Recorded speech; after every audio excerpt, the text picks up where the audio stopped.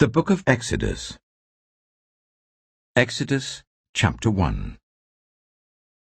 These are the names of the sons of Israel, who went to Egypt with Jacob, each with his family: Reuben, Simeon, Levi, and Judah; Issachar, Zebulun, and Benjamin; Dan and Naphtali; Gad and Asher.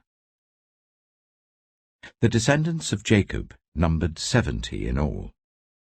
Joseph was already in Egypt. Now Joseph and all his brothers and all that generation died. But the Israelites were exceedingly fruitful. They multiplied greatly, increased in numbers, and became so numerous that the land was filled with them. Then a new king, to whom Joseph meant nothing, came to power in Egypt. "Look," he said to his people, "the Israelites have become far too numerous for us. Come, we must deal shrewdly with them, or they will become even more numerous, and, if war breaks out, will join our enemies, fight against us, and leave the country." So they put slave masters over them to oppress them with forced labor, and they built Pithom and Ramesses as store cities for Pharaoh. But the more they were oppressed, the more they multiplied and spread. So the Egyptians came to dread the Israelites and worked them ruthlessly. They made their lives bitter with harsh labor in brick and mortar and with all kinds of work in the fields. In all their harsh labor, the Egyptians worked them ruthlessly. The king of Egypt said to the Hebrew midwives, whose names were Shiphrah and Puah, "When you are helping the Hebrew women during childbirth on the delivery stool, if you see that the baby is a boy, kill him. But if it is a girl, let her live." The midwives, however, feared God and did not do what the king of Egypt had told them to do. They let the boys live. Then the king of Egypt summoned the midwives and asked them, "Why have you done this? Why have you let the boys live?" The midwives answered Pharaoh, "Hebrew women are not like Egyptian women. They are vigorous and give birth before the midwives arrive." So God was kind to the midwives, and the people increased and became even more numerous. And because the midwives feared God, he gave them families of their own. Then Pharaoh gave this order to all his people: "Every Hebrew boy that is born you must throw into the Nile, but let every girl live." Exodus chapter 2. Now a man of the tribe of Levi married a Levite woman, and she became pregnant and gave birth to a son. When she saw that he was a fine child, she hid him for 3 months.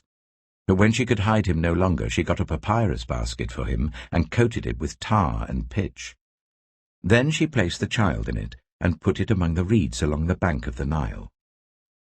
His sister stood at a distance to see what would happen to him. Then Pharaoh's daughter went down to the Nile to bathe, and her attendants were walking along the river bank. She saw the basket among the reeds and sent her female slaves to get it. She opened it and saw the baby. He was crying, and she felt sorry for him. "This is one of the Hebrew babies," she said. Then his sister asked Pharaoh's daughter, "Shall I go and get one of the Hebrew women to nurse the baby for you?" "Yes, go," she answered. So the girl went and got the baby's mother. Pharaoh's daughter said to her, "Take this baby and nurse him for me, and I will pay you." So the woman took the baby and nursed him. When the child grew older, she took him to Pharaoh's daughter, and he became her son. She named him Moses, saying, "I drew him out of the water." One day, after Moses had grown up, he went out to where his own people were and watched them at their hard labor. He saw an Egyptian beating a Hebrew, one of his own people. Looking this way and that and seeing no one, he killed the Egyptian and hid him in the sand. The next day he went out and saw 2 Hebrews fighting. He asked the one in the wrong, "Why are you hitting your fellow Hebrew?" The man said, Who made you ruler and judge over us? Are you thinking of killing me as you killed the Egyptian?" Then Moses was afraid and thought, "What I did must have become known." When Pharaoh heard of this, he tried to kill Moses. But Moses fled from Pharaoh and went to live in Midian, where he sat down by a well. Now a priest of Midian had 7 daughters, and they came to draw water and fill the troughs to water their father's flock. Some shepherds came along and drove them away, but Moses got up and came to their rescue and watered their flock. When the girls returned to Reuel their father, he asked them, "Why have you returned so early today?" They answered, "An Egyptian rescued us from the shepherds. He even drew water for us and watered the flock." "And where is he?" Reuel asked his daughters. "Why did you leave him? Invite him to have something to eat." Moses agreed to stay with the man, who gave his daughter Zipporah to Moses in marriage. Zipporah gave birth to a son, and Moses named him Gershom, saying, "I have become a foreigner in a foreign land." During that long period, the king of Egypt died. The Israelites groaned in their slavery and cried out, and their cry for help, because of their slavery, went up to God.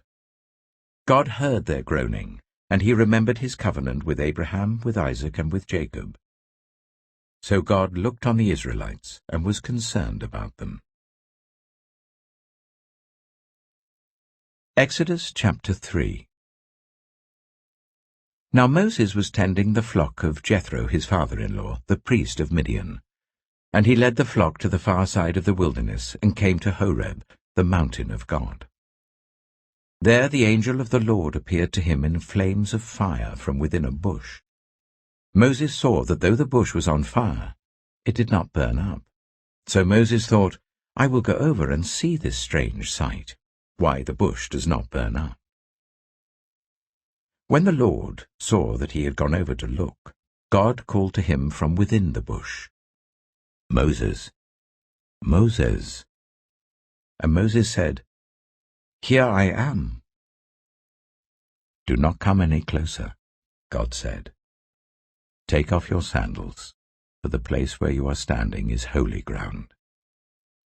Then he said, "I am the God of your father, the God of Abraham, the God of Isaac, and the God of Jacob." At this, Moses hid his face, because he was afraid to look at God. The Lord said, "I have indeed seen the misery of my people in Egypt. I have heard them crying out because of their slave drivers, and I am concerned about their suffering. So I have come down to rescue them from the hand of the Egyptians, and to bring them up out of that land into a good and spacious land, a land flowing with milk and honey, the home of the Canaanites, Hittites, Amorites, Perizzites, Hivites, and Jebusites. And now the cry of the Israelites has reached me, and I have seen the way the Egyptians are oppressing them. So now, go. I am sending you to Pharaoh to bring my people, the Israelites, out of Egypt." But Moses said to God, "Who am I that I should go to Pharaoh and bring the Israelites out of Egypt?" And God said, "I will be with you, and this will be the sign to you that it is I who have sent you. When you have brought the people out of Egypt, you will worship God on this mountain." Moses said to God, "Suppose I go to the Israelites and say to them, 'The God of your fathers has sent me to you,' and they ask me, 'What is his name?' Then what shall I tell them?" God said to Moses, "I am who I am. This is what you are to say to the Israelites. I am has sent me to you." God also said to Moses, "Say to the Israelites, 'The Lord, the God of your fathers, the God of Abraham, the God of Isaac, and the God of Jacob, has sent me to you. This is my name forever, the name you shall call me from generation to generation. Go, assemble the elders of Israel, and say to them, 'The Lord, the God of your fathers, the God of Abraham, Isaac, and Jacob, appeared to me and said, I have watched over you and have seen what has been done to you in Egypt. And I have promised to bring you up out of your misery in Egypt, into the land of the Canaanites, Hittites, Amorites, Perizzites, Hivites, and Jebusites, a land flowing with milk and honey. The elders of Israel will listen to you. Then you and the elders are to go to the king of Egypt and say to him, The Lord, the God of the Hebrews, has met with us. Let us take a 3-day journey into the wilderness to offer sacrifices to the Lord our God. But I know that the king of Egypt will not let you go, unless a mighty hand compels him. So I will stretch out my hand and strike the Egyptians with all the wonders that I will perform among them. After that, he will let you go. And I will make the Egyptians favorably disposed towards his people, so that when you leave you will not go empty-handed. Every woman is to ask her neighbor, and any woman living in her house, for articles of silver and gold and for clothing, which you will put on your sons and daughters, and so you will plunder the Egyptians. Exodus chapter 4. Moses answered, What if they do not believe me or listen to me and say, The Lord did not appear to you? Then the Lord said to him, What is that in your hand? A staff, he replied. The Lord said, Throw it on the ground. Moses threw it on the ground, and it became a snake, and he ran from it. Then the Lord said to him, Reach out your hand and take it by the tail. So Moses reached out and took hold of the snake, and it turned back into a staff in his hand. This, said the Lord, is so that they may believe that the Lord, the God of their fathers, the God of Abraham, the God of Isaac, and the God of Jacob, has appeared to you. Then the Lord said, Put your hand inside your cloak. So Moses put his hand into his cloak, and when he took it out, the skin was leprous. It had become as white as snow. Now put it back into your cloak, he said. So Moses put his hand back into his cloak, and when he took it out, it was restored, like the rest of his flesh. Then the Lord said, If they do not believe you, or pay attention to the first sign, they may believe the second. But if they do not believe these 2 signs or listen to you, take some water from the Nile and pour it on the dry ground. The water you take from the river will become blood on the ground. Moses said to the Lord, Pardon your servant, Lord, I have never been eloquent, neither in the past nor since you have spoken to your servant. I am slow of speech and tongue. The Lord said to him, Who gave human beings their mouths? Who makes them deaf or mute? Who gives them sight or makes them blind? Is it not I, the Lord? Now go, I will help you speak, and will teach you what to say. But Moses said, Pardon your servant, Lord. Please send someone else. Then the Lord's anger burned against Moses, and he said, What about your brother, Aaron the Levite? I know he can speak well. He is already on his way to meet you, and he will be glad to see you. You shall speak to him and put words in his mouth. I will help both of you speak, and will teach you what to do.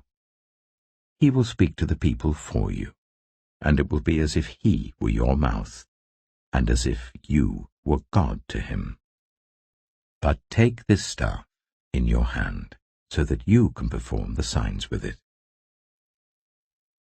Then Moses went back to Jethro, his father-in-law, and said to him, Let me return to my own people in Egypt, to see if any of them are still alive.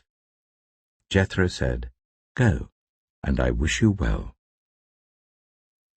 Now the Lord had said to Moses in Midian, go back to Egypt, for all those who wanted to kill you are dead." So Moses took his wife and sons, put them on a donkey, and started back to Egypt. And he took the staff of God in his hand.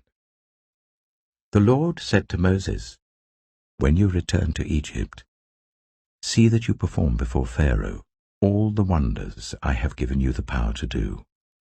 But I will harden his heart, so that he will not let the people go. Then say to Pharaoh, 'This is what the Lord says. Israel is my firstborn son, and I told you, let my son go so that he may worship me. But you refused to let him go, so I will kill your firstborn son.'" At a lodging place on the way, the Lord met Moses and was about to kill him. But Zipporah took a flint knife, cut off her son's foreskin, and touched Moses' feet with it. "Surely you are a bridegroom of blood to me," she said. So the Lord let him alone. At that time she said bridegroom of blood, referring to circumcision. The Lord said to Aaron, "Go into the wilderness to meet Moses." So he met Moses at the mountain of God and kissed him. Then Moses told Aaron everything the Lord had sent him to say, and also about all the signs he had commanded him to perform. Moses and Aaron brought together all the elders of the Israelites, and Aaron told them everything the Lord had said to Moses. He also performed the signs before the people, and they believed. And when they heard that the Lord was concerned about them and had seen their misery, they bowed down and worshipped. Exodus chapter 5. Afterwards Moses and Aaron went to Pharaoh and said, "This is what the Lord, the God of Israel, says, Let my people go, so that they may hold a festival to me in the wilderness." Pharaoh said, "Who is the Lord that I should obey him, and let Israel go? I do not know the Lord, and I will not let Israel go." Then they said, "The God of the Hebrews has met with us. Now let us take a 3-day journey into the wilderness to offer sacrifices to the Lord our God, or he may strike us with plagues or with the sword." But the king of Egypt said, "Moses and Aaron, why are you taking the people away from their labor? Get back to your work." Then Pharaoh said, "Look, the people of the land are now numerous, and you are stopping them from working." That same day Pharaoh gave this order to the slave drivers and overseers in charge of the people: "You are no longer to supply the people with straw for making bricks. Let them go and gather their own straw, but require them to make the same number of bricks as before. Don't reduce the quota. They're lazy. That is why they're crying out, 'Let us go and sacrifice to our God.' Make the work harder for the people, so that they keep working and pay no attention to lies." Then the slave drivers and the overseers went out and said to the people, "This is what Pharaoh says, I will not give you any more straw. Go and get your own straw wherever you can find it, but your work will not be reduced at all." So the people scattered all over Egypt to gather stubble to use for straw. The slave drivers kept pressing them, saying, "Complete the work required of you for each day, just as when you had straw." And Pharaoh's slave drivers beat the Israelite overseers they had appointed, demanding, "Why haven't you met your quota of bricks yesterday or today, as before?" Then the Israelite overseers went and appealed to Pharaoh, "Why have you treated your servants this way? Your servants are given no straw, yet we are told, 'Make bricks.' Your servants are being beaten, but the fault is with your own people." Pharaoh said, "Lazy, that's what you are, lazy. That is why you keep saying, 'Let us go and sacrifice to the Lord.' Now get to work. You will not be given any straw, yet you must produce your full quota of bricks." The Israelite overseers realized they were in trouble when they were told, "You are not to reduce the number of bricks required of you for each day." When they left Pharaoh, they found Moses and Aaron waiting to meet them, and they said, May the Lord look on you and judge you. You have made us obnoxious to Pharaoh and his officials, and have put a sword in their hand to kill us." Moses returned to the Lord and said, "Why, Lord? Why have you brought trouble on this people? Is this why you sent me?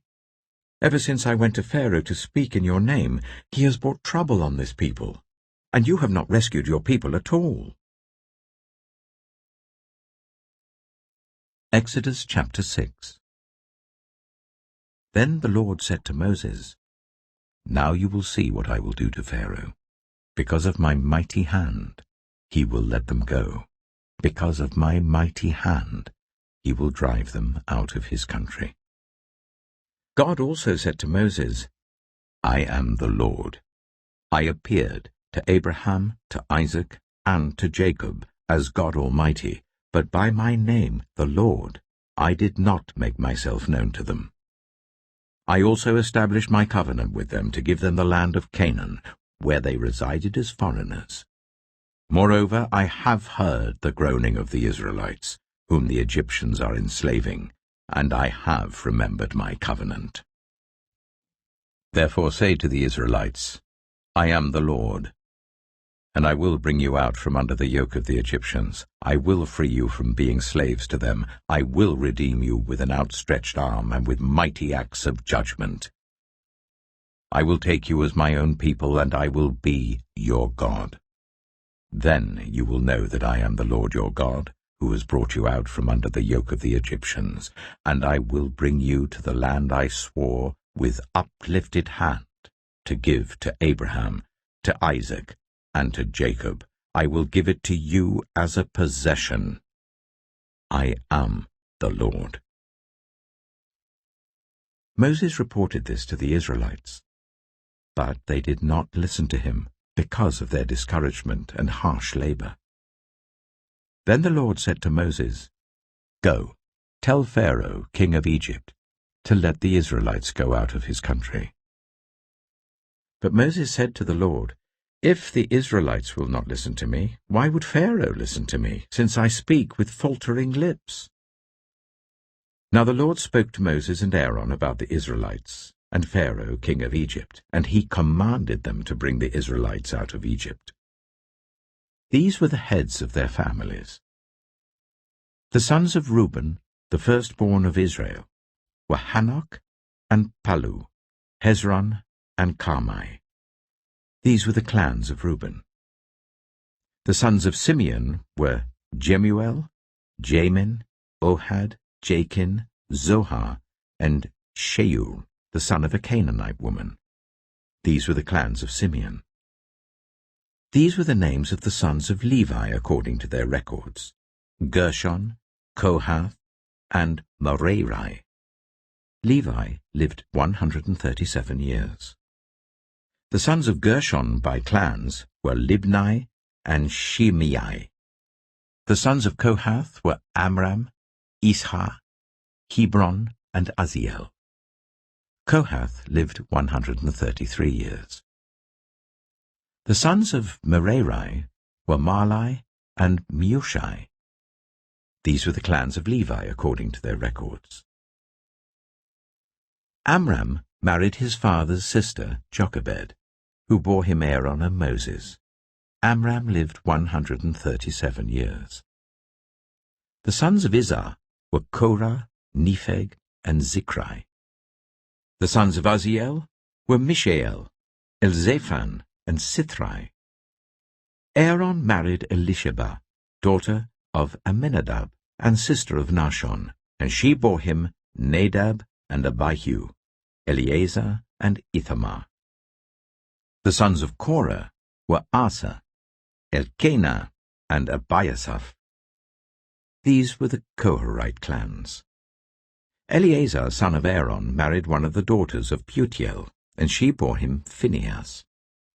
These were the heads of the Levite families, clan by clan. It was this Aaron and Moses to whom the Lord had said, "Bring the Israelites out of Egypt by their divisions." They were the ones who spoke to Pharaoh, king of Egypt, about bringing the Israelites out of Egypt, this same Moses and Aaron.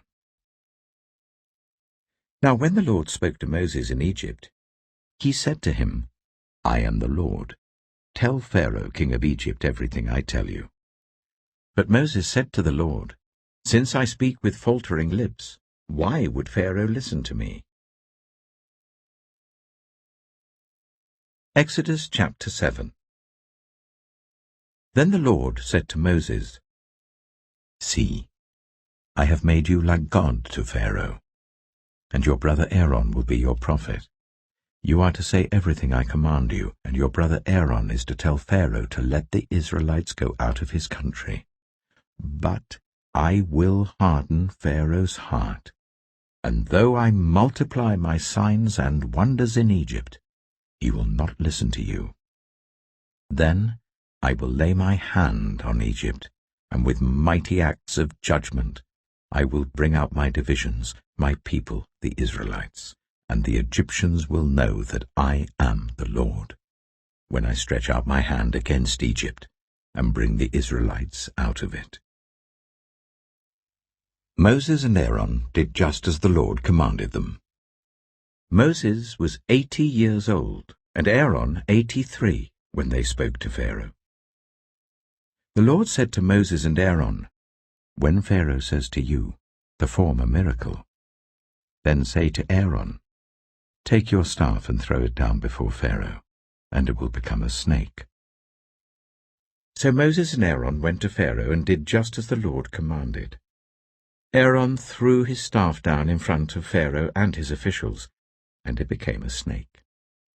Pharaoh then summoned the wise men and sorcerers, and the Egyptian magicians also did the same things by their secret arts. Each one threw down his staff, and it became a snake. But Aaron's staff swallowed up their staffs. Yet Pharaoh's heart became hard, and he would not listen to them, just as the Lord had said. Then the Lord said to Moses, Pharaoh's heart is unyielding. He refuses to let the people go. Go to Pharaoh in the morning as he goes out to the river. Confront him on the bank of the Nile, and take in your hand the staff that was changed into a snake. Then say to him, The Lord, the God of the Hebrews, has sent me to say to you, Let my people go, so that they may worship me in the wilderness. But until now you have not listened. This is what the Lord says, By this you will know that I am the Lord.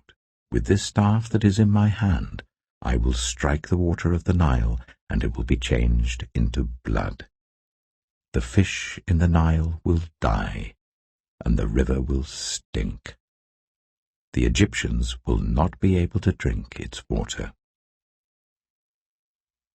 The Lord said to Moses, Tell Aaron, Take your staff and stretch out your hand over the waters of Egypt, over the streams and canals, over the ponds and all the reservoirs, and they will turn to blood. Blood will be everywhere in Egypt, even in vessels of wood and stone. Moses and Aaron did just as the Lord had commanded. He raised his staff in the presence of Pharaoh and his officials, and struck the water of the Nile, and all the water was changed into blood. The fish in the Nile died, and the river smelled so bad that the Egyptians could not drink its water. Blood was everywhere in Egypt. But the Egyptian magicians did the same things by their secret arts, and Pharaoh's heart became hard. He would not listen to Moses and Aaron, just as the Lord had said. Instead, he turned and went into his palace, and did not take even this to heart. And all the Egyptians dug along the Nile to get drinking water, because they could not drink the water of the river. 7 days passed after the Lord struck the Nile. Exodus chapter 8. Then the Lord said to Moses, Go to Pharaoh and say to him, This is what the Lord says, Let my people go, so that they may worship me. If you refuse to let them go, I will send a plague of frogs on your whole country. The Nile will teem with frogs. They will come up into your palace and your bedroom, and onto your bed, into the houses of your officials and on your people, and into your ovens and kneading troughs. The frogs will come up on you and your people and all your officials. Then the Lord said to Moses, "Tell Aaron, stretch out your hand with your staff over the streams and canals and ponds, and make frogs come up on the land of Egypt." So Aaron stretched out his hand over the waters of Egypt, and the frogs came up and covered the land. But the magicians did the same things by their secret arts. They also made frogs come up on the land of Egypt. Pharaoh summoned Moses and Aaron and said, "Pray to the Lord to take the frogs away from me and my people, and I will let your people go to offer sacrifices to the Lord."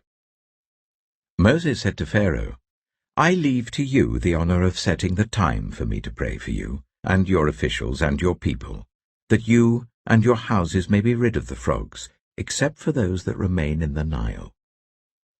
"Tomorrow," Pharaoh said. Moses replied, "It will be as you say, so that you may know there is no one like the Lord our God. The frogs will leave you and your houses, your officials and your people. They will remain only in the Nile." After Moses and Aaron left Pharaoh, Moses cried out to the Lord about the frogs he had brought on Pharaoh, and the Lord did what Moses asked. The frogs died in the houses, in the courtyards, and in the fields. They were piled into heaps, and the land reeked of them. But when Pharaoh saw that there was relief, he hardened his heart and would not listen to Moses and Aaron, just as the Lord had said. Then the Lord said to Moses, "Tell Aaron, stretch out your staff and strike the dust of the ground, and throughout the land of Egypt the dust will become gnats." They did this, and when Aaron stretched out his hand with the staff and struck the dust of the ground, gnats came on people and animals. All the dust throughout the land of Egypt became gnats. But when the magicians tried to produce gnats by their secret arts, they could not. Since the gnats were on people and animals everywhere, the magicians said to Pharaoh, "This is the finger of God." But Pharaoh's heart was hard, and he would not listen, just as the Lord had said. Then the Lord said to Moses, "Get up early in the morning and confront Pharaoh as he goes to the river, and say to him, 'This is what the Lord says, let my people go, so that they may worship me. If you do not let my people go, I will send swarms of flies on you and your officials, on your people, and into your houses. The houses of the Egyptians will be full of flies. Even the ground will be covered with them. But on that day I will deal differently with the land of Goshen, where my people live. No swarms of flies will be there, so that you will know that I, the Lord, am in this land. I will make a distinction between my people and your people. This sign will occur tomorrow." And the Lord did this. Dense swarms of flies poured into Pharaoh's palace and into the houses of his officials. Throughout Egypt the land was ruined by the flies. Then Pharaoh summoned Moses and Aaron and said, "Go, sacrifice to your God here in the land." But Moses said, "That would not be right. The sacrifices we offer the Lord our God would be detestable to the Egyptians. And if we offer sacrifices that are detestable in their eyes, will they not stone us? We must take a 3-day journey into the wilderness to offer sacrifices to the Lord our God, as he commands us." Pharaoh said, "I will let you go to offer sacrifices to the Lord your God in the wilderness, but you must not go very far. Now pray for me." Moses answered, "As soon as I leave you, I will pray to the Lord, and tomorrow the flies will leave Pharaoh and his officials and his people. Only let Pharaoh be sure that he does not act deceitfully again, by not letting the people go to offer sacrifices to the Lord. Then Moses left Pharaoh and prayed to the Lord, and the Lord did what Moses asked. The flies left Pharaoh and his officials and his people. Not a fly remained. But this time also Pharaoh hardened his heart and would not let the people go. Exodus chapter 9. Then the Lord said to Moses, "Go to Pharaoh and say to him, 'This is what the Lord, the God of the Hebrews, says. Let my people go, so that they may worship me. If you refuse to let them go and continue to hold them back, the hand of the Lord will bring a terrible plague on your livestock in the field, on your horses, donkeys, and camels, and on your cattle, sheep, and goats. But the Lord will make a distinction between the livestock of Israel and that of Egypt, so that no animal belonging to the Israelites will die.'" The Lord set a time and said, "Tomorrow the Lord will do this in the land." And the next day the Lord did it. All the livestock of the Egyptians died, but not one animal belonging to the Israelites died. Pharaoh investigated and found that not even one of the animals of the Israelites had died. Yet his heart was unyielding, and he would not let the people go. Then the Lord said to Moses and Aaron, "Take handfuls of soot from a furnace, and let Moses toss it into the air in the presence of Pharaoh. It will become fine dust over the whole land of Egypt, and festering boils will break out on people and animals throughout the land." So they took soot from a furnace and stood before Pharaoh. Moses tossed it into the air, and festering boils broke out on people and animals. The magicians could not stand before Moses because of the boils that were on them and on all the Egyptians. But the Lord hardened Pharaoh's heart, and he would not listen to Moses and Aaron, just as the Lord had said to Moses. Then the Lord said to Moses, "Get up early in the morning, confront Pharaoh, and say to him, 'This is what the Lord, the God of the Hebrews, says. Let my people go, so that they may worship me. For this time I will send the full force of my plagues against you and against your officials and your people, so you may know that there is no one like me in all the earth. For by now I could have stretched out my hand and struck you and your people with a plague that would have wiped you off the earth. But I have raised you up for this very purpose, that I might show you my power, and that my name might be proclaimed in all the earth. You still set yourself against my people, and will not let them go. Therefore at this time tomorrow I will send the worst hailstorm that has ever fallen on Egypt, from the day it was founded till now. Give an order now to bring your livestock and everything you have in the field to a place of shelter, because the hail will fall on every person and animal that has not been brought in and is still out in the field, and they will die." Those officials of Pharaoh who feared the word of the Lord hurried to bring their slaves and their livestock inside. But those who ignored the word of the Lord left their slaves and livestock in the field. Then the Lord said to Moses, "Stretch out your hand towards the sky so that hail will fall all over Egypt, on people and animals and on everything growing in the fields of Egypt." When Moses stretched out his staff towards the sky, the Lord sent thunder and hail, and lightning flashed down to the ground. So the Lord rained hail on the land of Egypt. Hail fell, and lightning flashed back and forth. It was the worst storm in all the land of Egypt since it had become a nation. Throughout Egypt, hail struck everything in the fields, both people and animals. It beat down everything growing in the fields and stripped every tree. The only place it did not hail was the land of Goshen, where the Israelites were. Then Pharaoh summoned Moses and Aaron. "This time I have sinned," he said to them. "The Lord is in the right, and I and my people are in the wrong. Pray to the Lord, for we have had enough thunder and hail.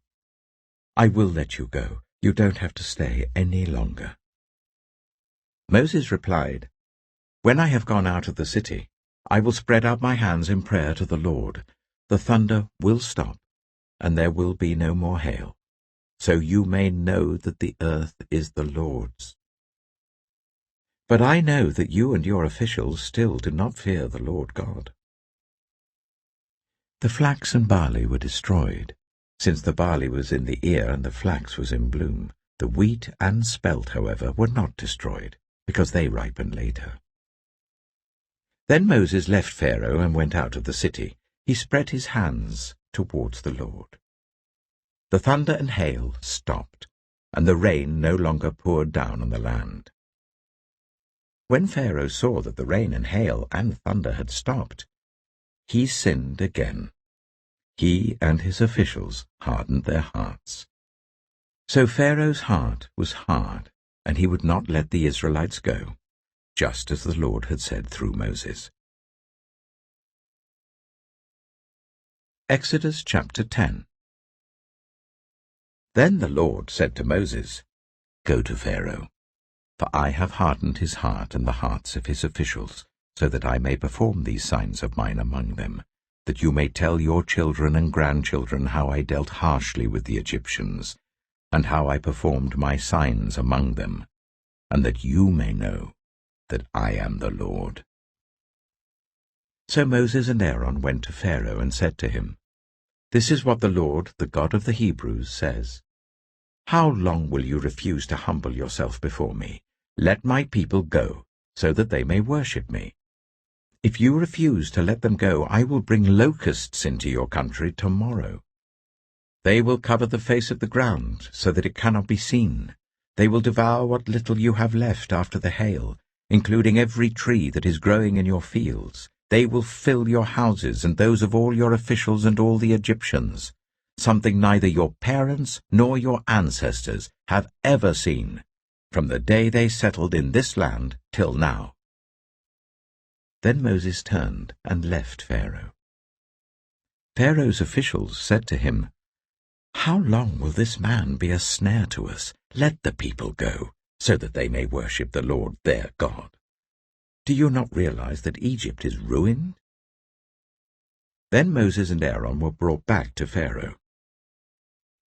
"Go worship the Lord your God," he said. "But tell me who will be going."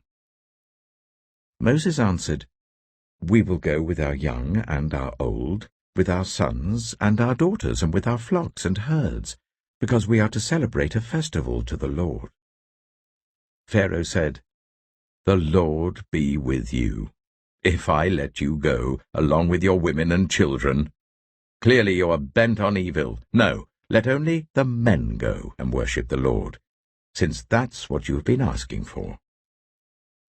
Then Moses and Aaron were driven out of Pharaoh's presence. And the Lord said to Moses, "Stretch out your hand over Egypt, so that locusts swarm over the land and devour everything growing in the fields, everything left by the hail." So Moses stretched out his staff over Egypt, and the Lord made an east wind blow across the land all that day and all that night. By morning the wind had brought the locusts. They invaded all Egypt, and settled down in every area of the country in great numbers. Never before had there been such a plague of locusts, nor will there ever be again. They covered all the ground until it was black. They devoured all that was left after the hail, everything growing in the fields and the fruit on the trees. Nothing green remained on tree or plant in all the land of Egypt.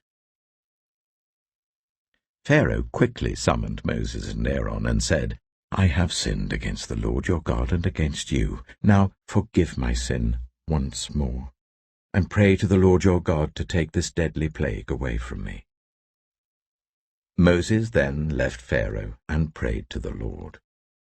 And the Lord changed the wind to a very strong west wind, which caught up the locusts and carried them into the Red Sea. Not a locust was left anywhere in Egypt. But the Lord hardened Pharaoh's heart, and he would not let the Israelites go. Then the Lord said to Moses, "Stretch out your hand towards the sky, so that darkness spreads over Egypt, darkness that can be felt."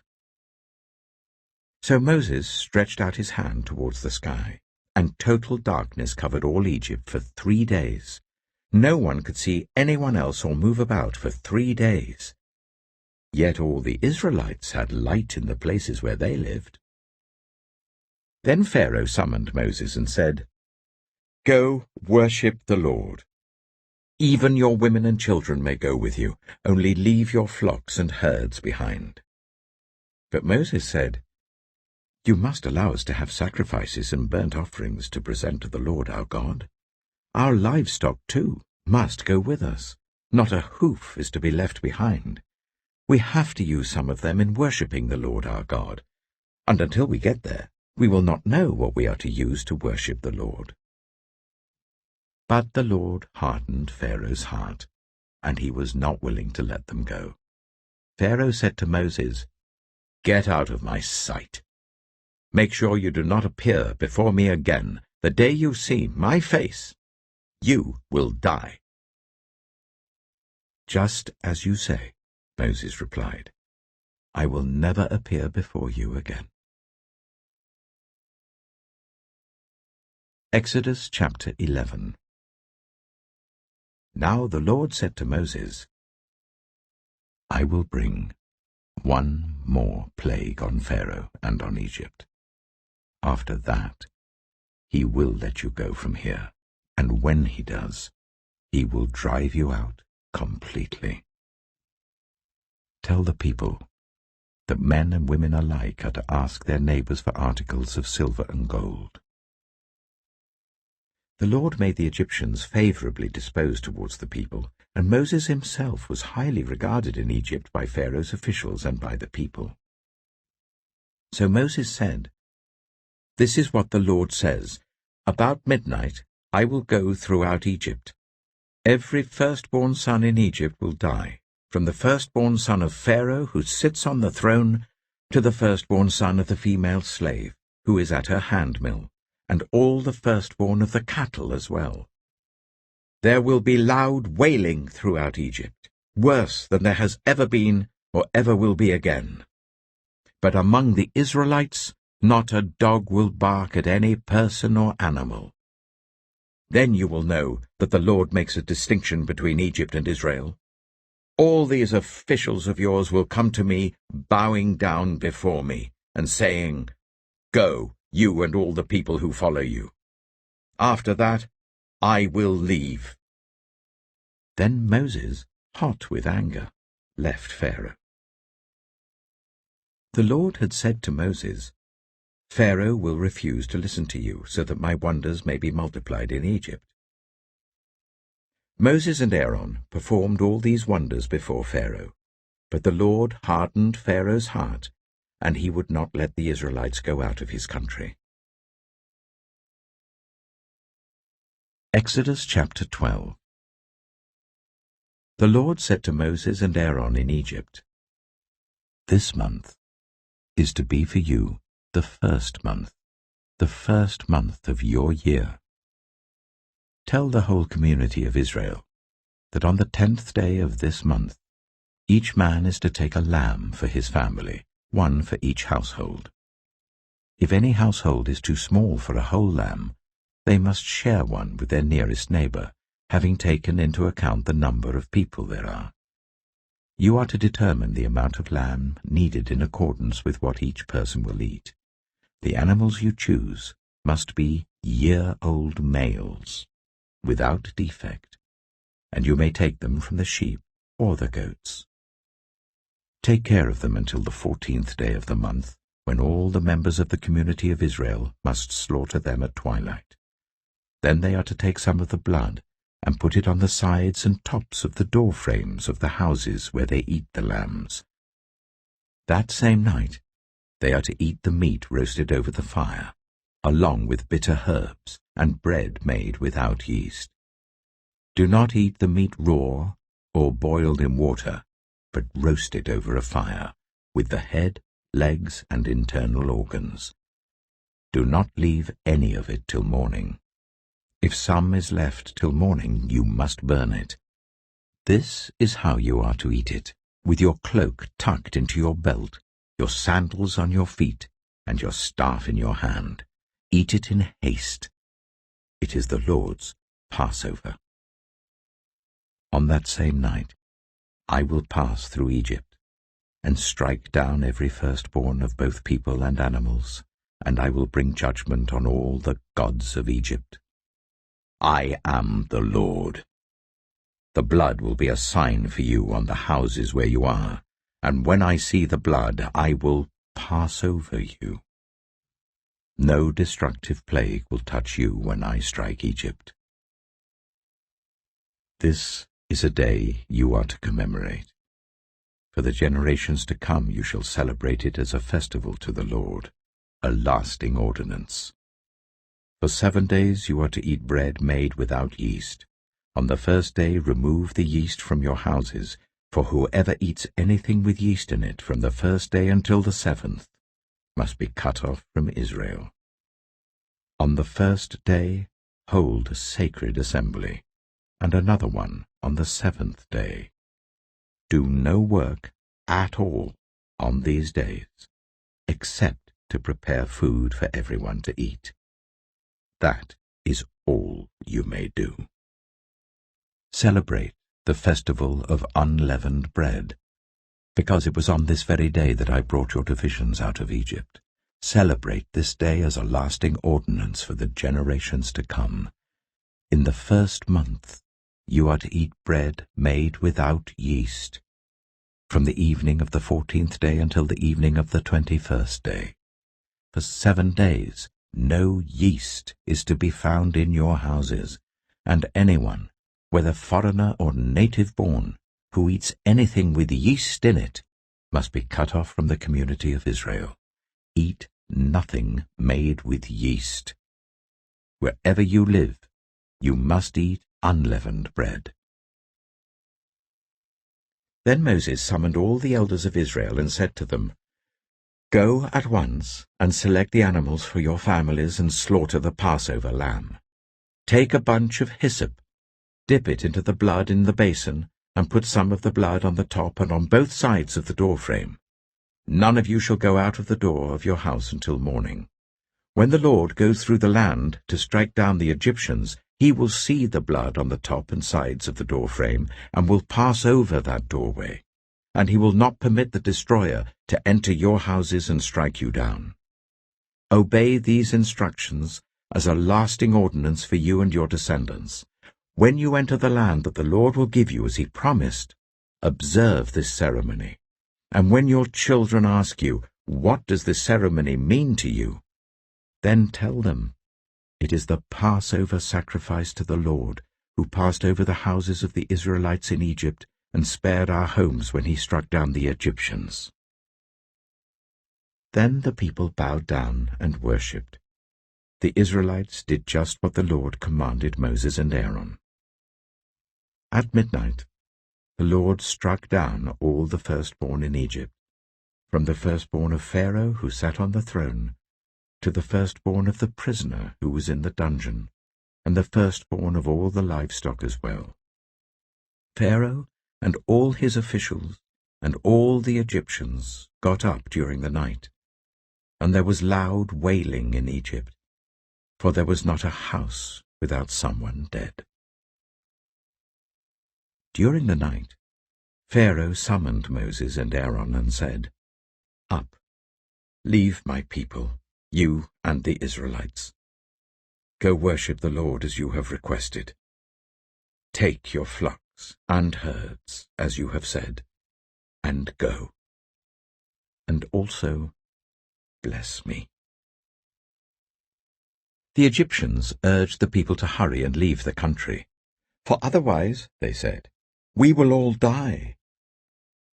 So the people took their dough before the yeast was added and carried it on their shoulders in kneading troughs wrapped in clothing.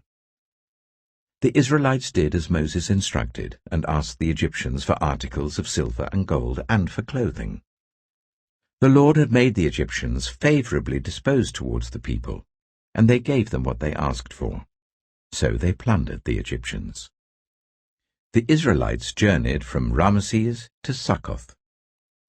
There were about 600,000 men on foot, besides women and children. Many other people went up with them, and also large droves of livestock, both flocks and herds. With the dough the Israelites had brought from Egypt, they baked loaves of unleavened bread. The dough was without yeast, because they had been driven out of Egypt and did not have time to prepare food for themselves. Now the length of time the Israelite people lived in Egypt was 430 years. At the end of 430 years, to the very day, all the Lord's divisions left Egypt. Because the Lord kept vigil that night to bring them out of Egypt, on this night all the Israelites are to keep vigil to honor the Lord for the generations to come. The Lord said to Moses and Aaron, "These are the regulations for the Passover meal. No foreigner may eat it. Any slave you have bought may eat it after you have circumcised him, but a temporary resident or a hired worker may not eat it. It must be eaten inside the house. Take none of the meat outside the house. Do not break any of the bones. The whole community of Israel must celebrate it. A foreigner residing among you who wants to celebrate the Lord's Passover must have all the males in his household circumcised. Then he may take part, like one born in the land. No uncircumcised male may eat it. The same law applies both to the native-born and to the foreigner residing among you." All the Israelites did just what the Lord had commanded Moses and Aaron, and on that very day the Lord brought the Israelites out of Egypt by their divisions. Exodus chapter 13. The Lord said to Moses, "Consecrate to me every firstborn male. The first offspring of every womb among the Israelites belongs to me, whether human or animal." Then Moses said to the people, "Commemorate this day, the day you came out of Egypt, out of the land of slavery, because the Lord brought you out of it with a mighty hand. Eat nothing containing yeast. Today, in the month of Aviv, you are leaving. When the Lord brings you into the land of the Canaanites, Hittites, Amorites, Hivites, and Jebusites, the land he swore to your ancestors to give you, a land flowing with milk and honey, you are to observe this ceremony in this month. For 7 days eat bread made without yeast, and on the 7th day hold a festival to the Lord. Eat unleavened bread during those 7 days. Nothing with yeast in it is to be seen among you, nor shall any yeast be seen anywhere within your borders. On that day tell your son, I do this because of what the Lord did for me when I came out of Egypt. This observance will be for you like a sign on your hand and a reminder on your forehead that this law of the Lord is to be on your lips. For the Lord brought you out of Egypt with his mighty hand. You must keep this ordinance at the appointed time, year after year. After the Lord brings you into the land of the Canaanites and gives it to you, as he promised on oath to you and your ancestors, you are to give over to the Lord the first offspring of every womb. All the firstborn males of your livestock belong to the Lord. Redeem with a lamb every firstborn donkey.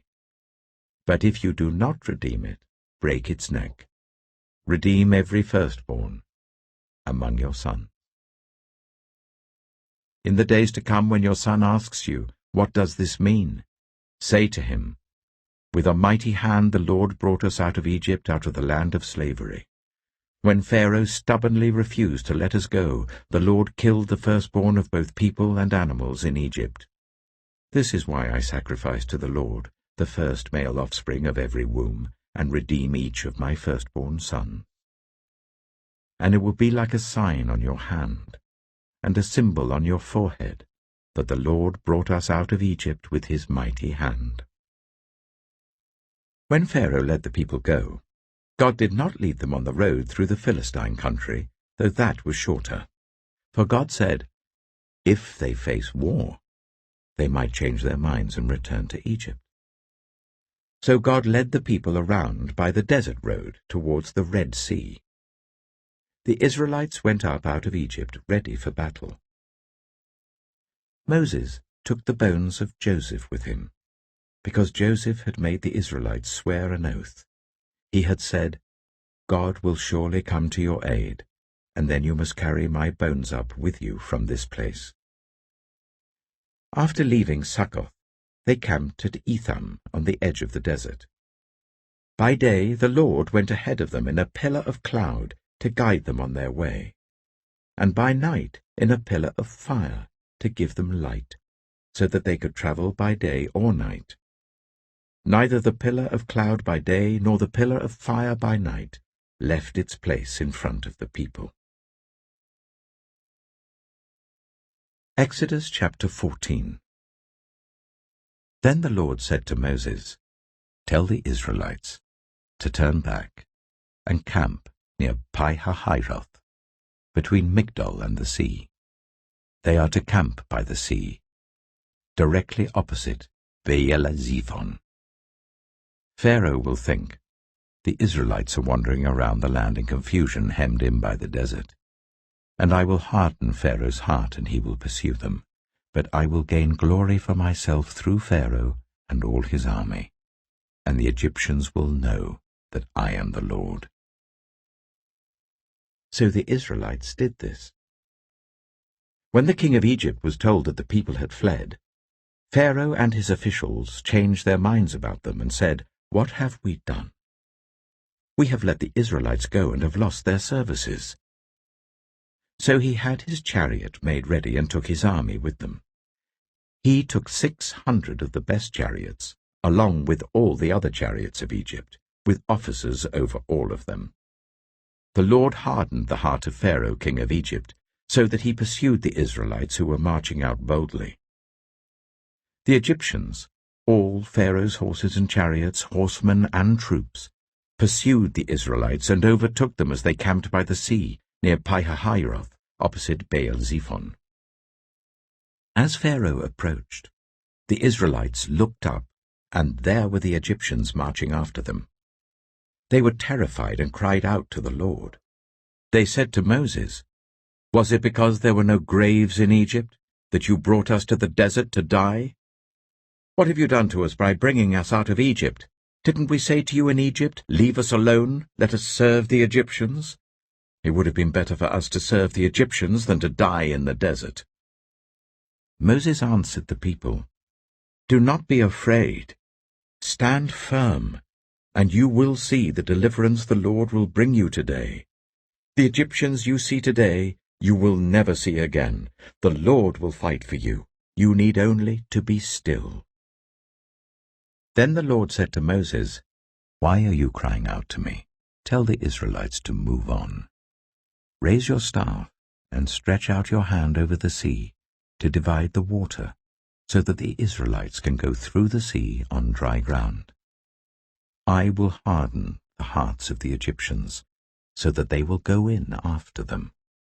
And I will gain glory through Pharaoh and all his army, through his chariots and his horsemen.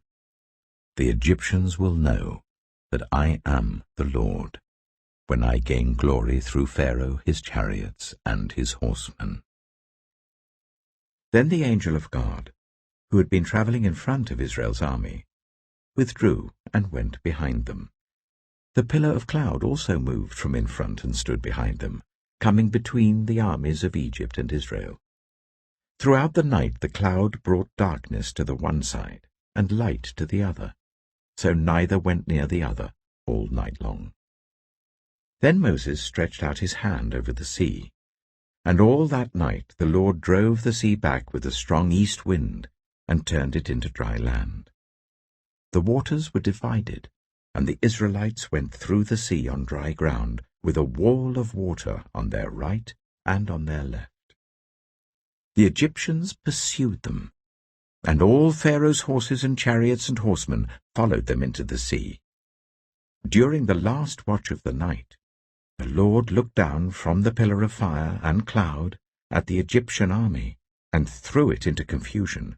He jammed the wheels of their chariots so that they had difficulty driving.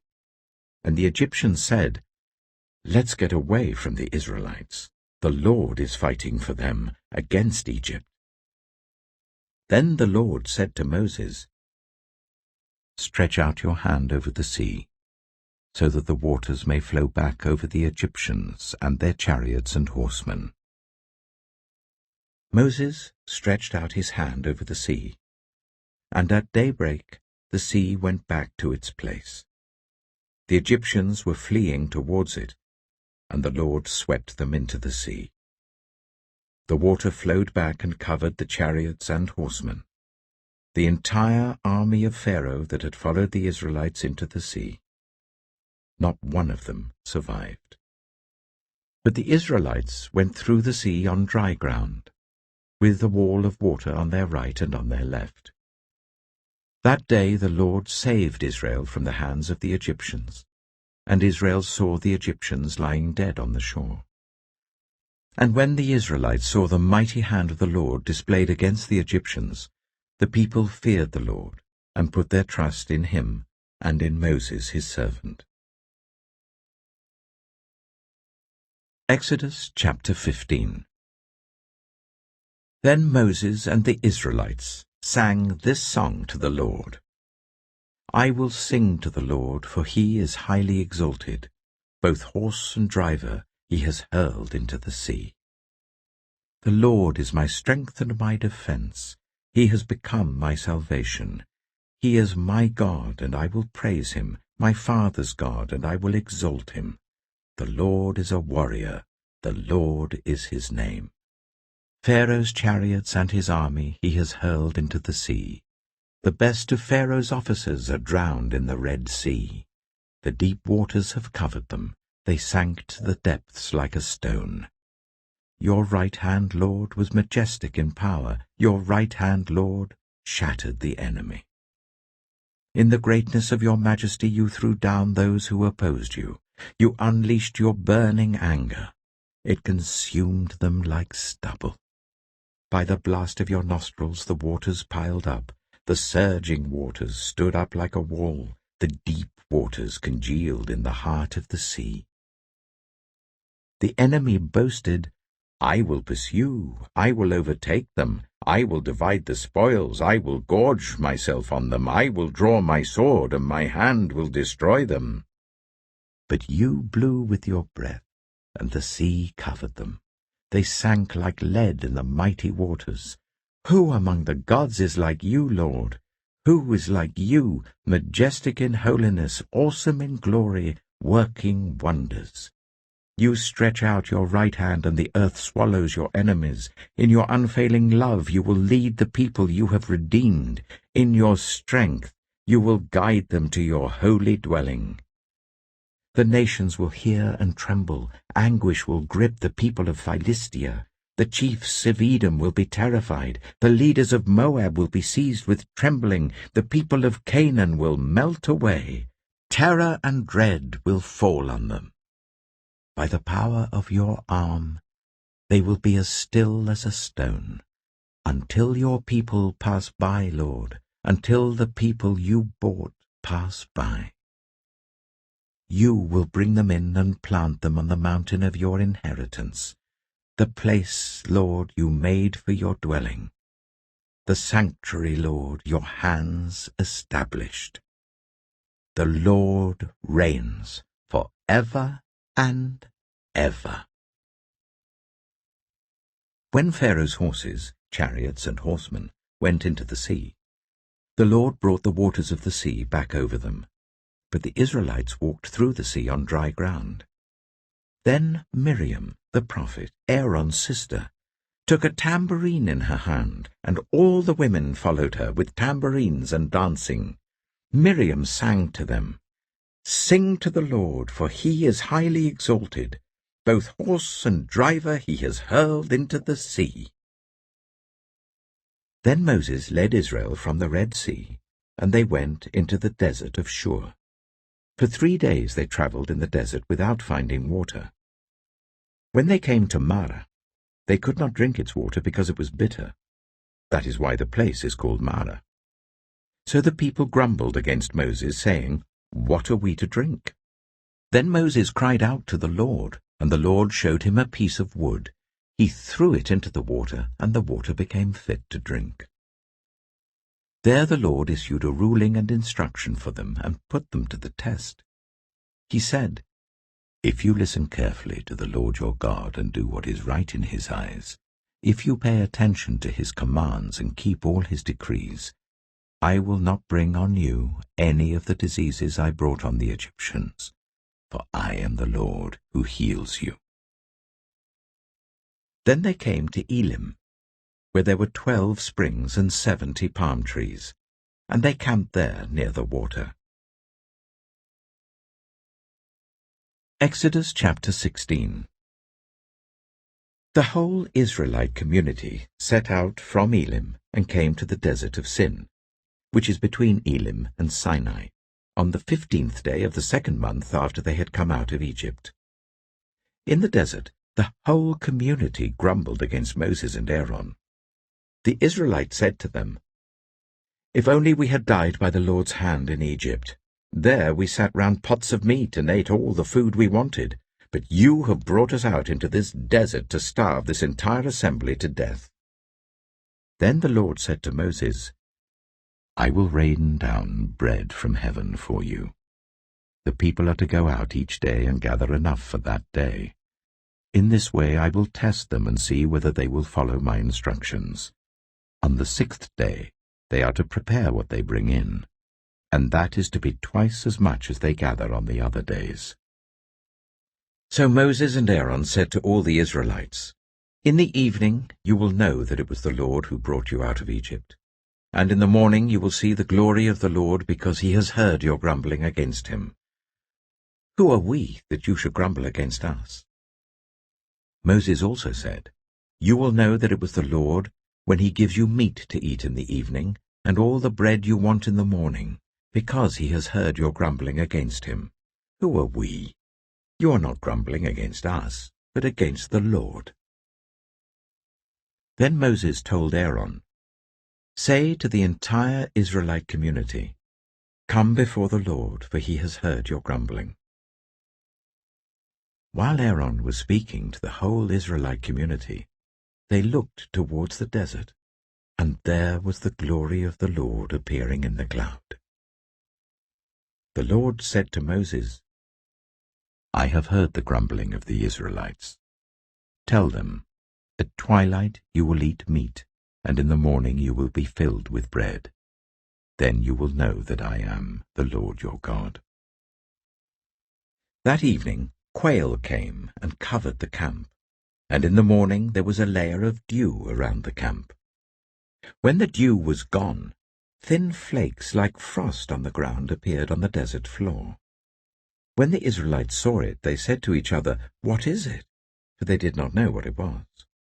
Moses said to them, "It is the bread the Lord has given you to eat. This is what the Lord has commanded. Everyone is to gather as much as they need. Take an omer for each person you have in your tent." The Israelites did as they were told. Some gathered much, some little. And when they measured it by the omer, the one who gathered much did not have too much, and the one who gathered little did not have too little. Everyone had gathered just as much as they needed. Then Moses said to them, "No one is to keep any of it until morning." However, some of them paid no attention to Moses. They kept part of it until morning, but it was full of maggots and began to smell. So Moses was angry with them. Each morning, everyone gathered as much as they needed, and when the sun grew hot, it melted away. On the 6th day, they gathered twice as much, 2 omers for each person. And the leaders of the community came and reported this to Moses. He said to them, "This is what the Lord commanded. Tomorrow is to be a day of Sabbath rest, a holy Sabbath to the Lord. So bake what you want to bake and boil what you want to boil. Save whatever is left and keep it until morning." So they saved it until morning as Moses commanded, and it did not stink or get maggots in it. "Eat it today," Moses said, "because today is a Sabbath to the Lord. You will not find any of it on the ground today. 6 days you are to gather it, but on the 7th day, the Sabbath, there will not be any." Nevertheless, some of the people went out on the 7th day to gather it, but they found none. Then the Lord said to Moses, "How long will you refuse to keep my commands and my instructions? Bear in mind that the Lord has given you the Sabbath. That is why on the 6th day he gives you bread for 2 days. Everyone is to stay where they are on the 7th day. No one is to go out." So the people rested on the 7th day. The people of Israel called the bread manna.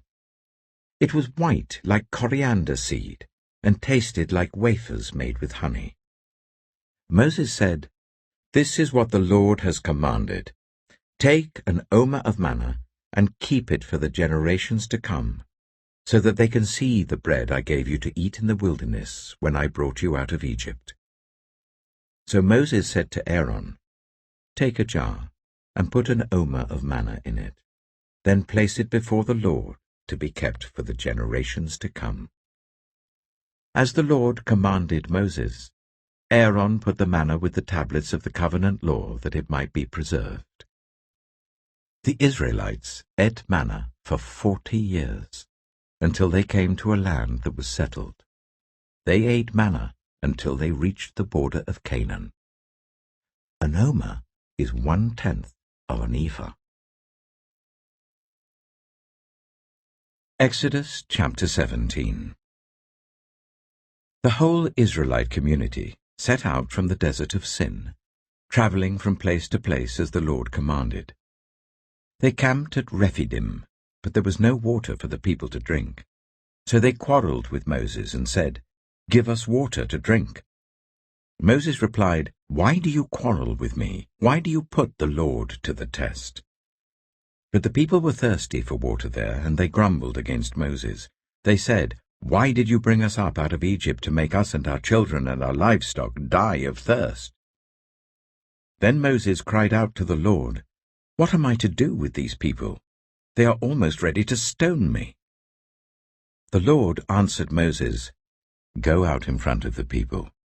Take with you some of the elders of Israel, and take in your hand the staff with which you struck the Nile, and go. I will stand there before you by the rock at Horeb. Strike the rock, and water will come out of it for the people to drink."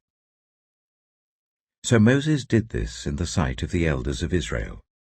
And he called the place Massah and Meribah, because the Israelites quarreled, and because they tested the Lord, saying, "Is the Lord among us or not?" The Amalekites came and attacked the Israelites at Rephidim. Moses said to Joshua, "Choose some of our men and go out to fight the Amalekites. Tomorrow I will stand on top of the hill with the staff of God in my hands." So Joshua fought the Amalekites as Moses had ordered, and Moses, Aaron, and Hur went to the top of the hill. As long as Moses held up his hands, the Israelites were winning, but whenever he lowered his hands, the Amalekites were winning. When Moses' hands grew tired, they took a stone and put it under him, and he sat on it. Aaron and Hur held his hands up, one on one side, one on the other, so that his hands remained steady till sunset. So Joshua overcame the Amalekite army with the sword. Then the Lord said to Moses, "Write this on a scroll, as something to be remembered, and make sure that Joshua hears it. because I will completely blot out the name of Amalek from under heaven." Moses built an altar and called it, "The Lord is my banner." He said, because hands were lifted up against the throne of the Lord will be at war against the Amalekites from generation to generation. Exodus chapter 18. Now Jethro, the priest of Midian and father-in-law of Moses, heard of everything God had done for Moses and for his people Israel, and how the Lord had brought Israel out of Egypt. After Moses had sent away his wife Zipporah, his father-in-law Jethro received her and her 2 sons. One son was named Gershom, for Moses said, "I have become a foreigner in a foreign land."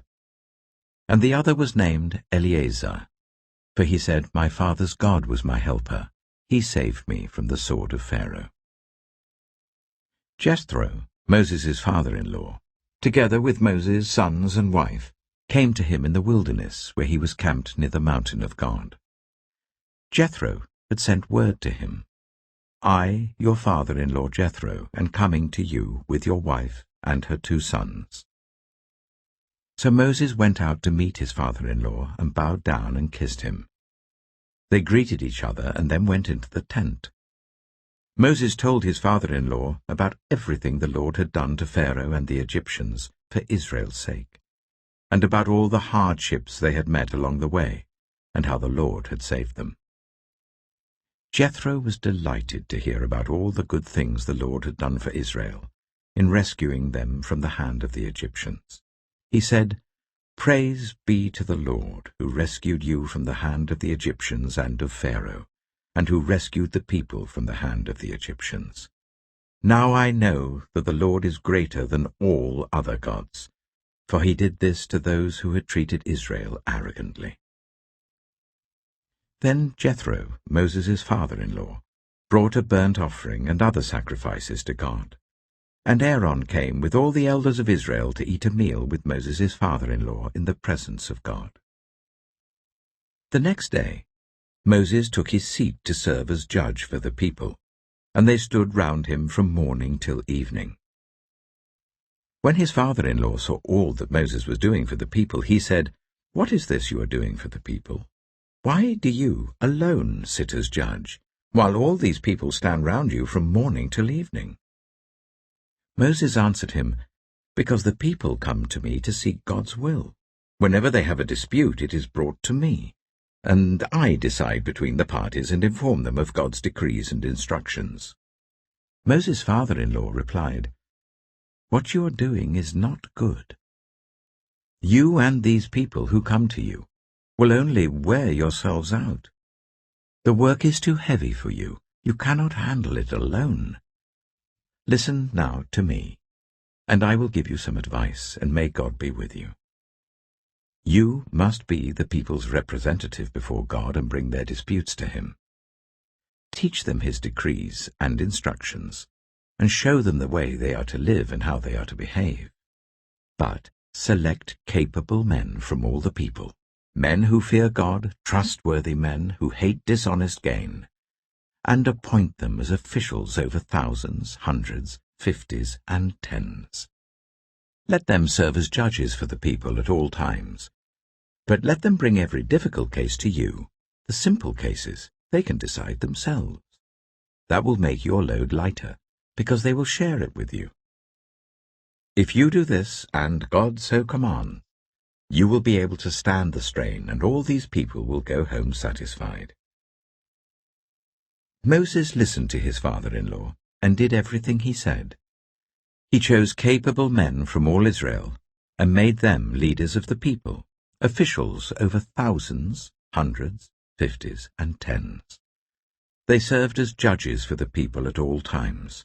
The difficult cases they brought to Moses, but the simple ones they decided themselves. Then Moses sent his father-in-law on his way, and Jethro returned to his own country. Exodus chapter 19. On the first day of the 3rd month, after the Israelites left Egypt, on that very day, they came to the desert of Sinai.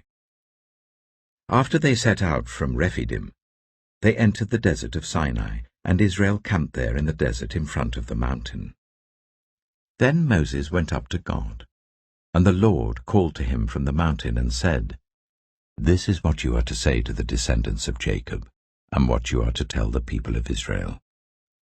You yourselves have seen what I did to Egypt, and how I carried you on eagle's wings and brought you to myself. Now, if you obey me fully, and keep my covenant, then out of all nations you will be my treasured possession. Although the whole earth is mine, you will be for me a kingdom of priests and a holy nation. These are the words you are to speak to the Israelites." So Moses went back and summoned the elders of the people, and set before them all the words the Lord had commanded him to speak. The people all responded together, "We will do everything the Lord has said." So Moses brought their answer back to the Lord. The Lord said to Moses, "I am going to come to you in a dense cloud, so that the people will hear me speaking with you and will always put their trust in you." Then Moses told the Lord what the people had said, and the Lord said to Moses, "Go to the people and consecrate them today and tomorrow. Make them wash their clothes and be ready by the third day, because on that day the Lord will come down on Mount Sinai in the sight of all the people. Put limits for the people around the mountain and tell them, 'Be careful that you do not approach the mountain or touch the foot of it. Whoever touches the mountain is to be put to death. They are to be stoned or shot with arrows. Not a hand is to be laid on them. No person or animal shall be permitted to live. Only when the ram's horn sounds a long blast may they approach the mountain." After Moses had gone down the mountain to the people, he consecrated them, and they washed their clothes. Then he said to the people, "Prepare yourselves for the third day. Abstain from sexual relations." On the morning of the third day, there was thunder and lightning, with a thick cloud over the mountain, and a very loud trumpet blast. Everyone in the camp trembled. Then Moses led the people out of the camp to meet with God, and they stood at the foot of the mountain. Mount Sinai was covered with smoke, because the Lord descended on it in fire. The smoke billowed up from it like smoke from a furnace, and the whole mountain trembled violently. As the sound of the trumpet grew louder and louder, Moses spoke, and the voice of God answered him. The Lord descended to the top of Mount Sinai and called Moses to the top of the mountain. So Moses went up, and the Lord said to him, "Go down and warn the people, so they do not force their way through to see the Lord, and many of them perish. Even the priests who approach the Lord must consecrate themselves, or the Lord will break out against them." Moses said to the Lord, "The people cannot come up Mount Sinai because you yourself warned us. Put limits around the mountain and set it apart as holy." The Lord replied, "Go down and bring Aaron up with you, but the priests and the people must not force their way through to come up to the Lord, or he will break out against them."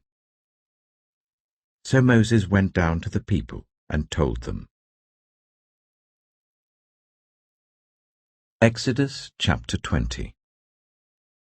And God spoke all these words: "I am the Lord your God, who brought you out of Egypt, out of the land of slavery.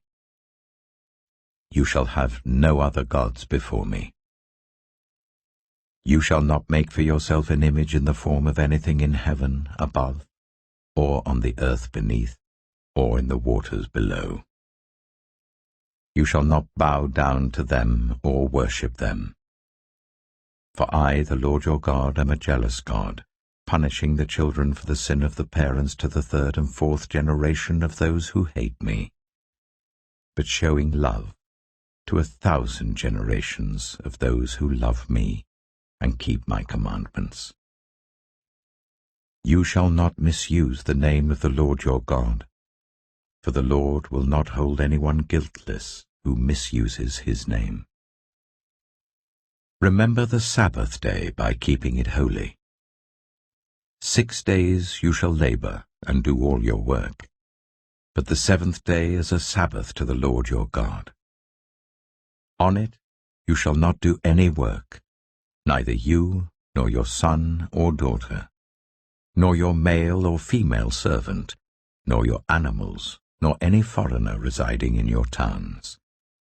For in 6 days the Lord made the heavens and the earth, the sea, and all that is in them, but he rested on the 7th day. Therefore the Lord blessed the Sabbath day and made it holy.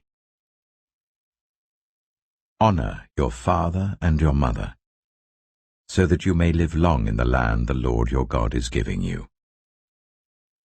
You shall not murder. You shall not commit adultery. You shall not steal. You shall not give false testimony against your neighbor. You shall not covet your neighbor's house.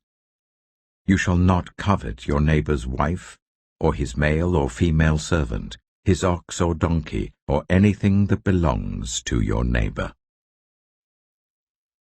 When the people saw the thunder and lightning and heard the trumpet and saw the mountain in smoke, they trembled with fear. They stayed at a distance and said to Moses, "Speak to us yourself, and we will listen.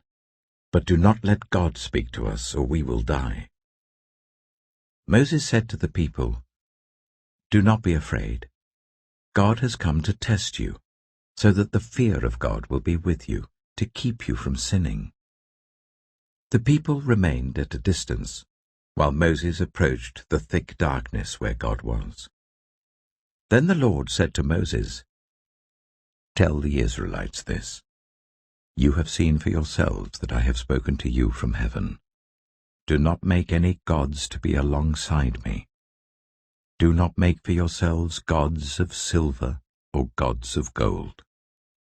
Make an altar of earth for me, and sacrifice on it your burnt offerings and fellowship offerings, your sheep and goats and your cattle. Wherever I cause my name to be honored, I will come to you and bless you. If you make an altar of stones for me, do not build it with dressed stones, for you will defile it if you use a tool on it. And do not go up to my altar on steps, or your private parts may be exposed." Exodus chapter 21. These are the laws you are to set before them. If you buy a Hebrew servant, he is to serve you for 6 years, but in the 7th year he shall go free without paying anything. If he comes alone, he is to go free alone. But if he has a wife when he comes, she is to go with him. If his master gives him a wife and she bears him sons or daughters, the woman and her children shall belong to her master, and only the man shall go free. But if the servant declares, "I love my master and my wife and children, and do not want to go free," then his master must take him before the judges.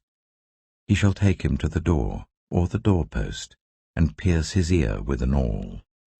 Then he will be his servant for life. If a man sells his daughter as a servant, she is not to go free as male servants do. If she does not please the master who has selected her for himself, he must let her be redeemed. He has no right to sell her to foreigners, because he has broken faith with her. If he selects her for his son, he must grant her the rights of a daughter. If he marries another woman, he must not deprive the first one of her food, clothing, and marital rights. If he does not provide her with these 3 things, she is to go free without any payment of money. Anyone who strikes a person with a fatal blow is to be put to death. However, if it is not done intentionally, but God lets it happen, they are to flee to a place I will designate. But if anyone schemes and kills someone deliberately, that person is to be taken from my altar and put to death. Anyone who attacks their father or mother is to be put to death. Anyone who kidnaps someone is to be put to death, whether the victim has been sold or is still in the kidnapper's possession. Anyone who curses their father or mother is to be put to death. If people quarrel and one person hits another with a stone or with their fist, and the victim does not die but is confined to bed, the one who struck the blow will not be held liable if the other can get up and walk around outside with the staff. However, the guilty party must pay the injured person for any loss of time and see that the victim is completely healed. Anyone who beats their male or female slave with a rod must be punished if the slave dies as a direct result. But they are not to be punished if the slave recovers after a day or two, since the slave is their property. If people are fighting and hit a pregnant woman and she gives birth prematurely, but there is no serious injury, the offender must be fined whatever the woman's husband demands and the court allows. But if there is serious injury, you are to take life for life, eye for eye, tooth for tooth, hand for hand, foot for foot, burn for burn, wound for wound, bruise for bruise. An owner who hits a male or female slave in the eye and destroys it must let the slave go free to compensate for the eye. And an owner who knocks out the tooth of a male or female slave must let the slave go free to compensate for the tooth. If a bull gores a man or woman to death, the bull is to be stoned to death, and its meat must not be eaten. But the owner of the bull will not be held responsible. If, however, the bull has had the habit of goring, and the owner has been warned but has not kept it penned up, and it kills a man or woman, the bull is to be stoned, and its owner also is to be put to death. However, if payment is demanded, the owner may redeem his life by the payment of whatever is demanded. This law also applies if the bull gores a son or a daughter. If the bull gores a male or female slave, the owner must pay 30 shekels of silver to the master of the slave, and the bull is to be stoned to death. If anyone uncovers a pit, or digs one and fails to cover it, and an ox or donkey falls into it, the one who opened the pit must pay the owner for the loss and take the dead animal in exchange. If anyone's bull injures someone else's bull and it dies, the two parties are to sell the live one and divide both the money and the dead animal equally. However, if it was known that the bull had the habit of goring, yet the owner did not keep it penned up, the owner must pay animal for animal and take the dead animal in exchange. Exodus chapter 22. Whoever steals an ox or a sheep and slaughters it, or sells it, must pay back 5 head of cattle for the ox and 4 sheep for the sheep. If a thief is caught breaking in at night and is struck a fatal blow, the defender is not guilty of bloodshed. But if it happens after sunrise, the defender is guilty of bloodshed. Anyone who steals must certainly make restitution. But if they have nothing, they must be sold to pay for their theft.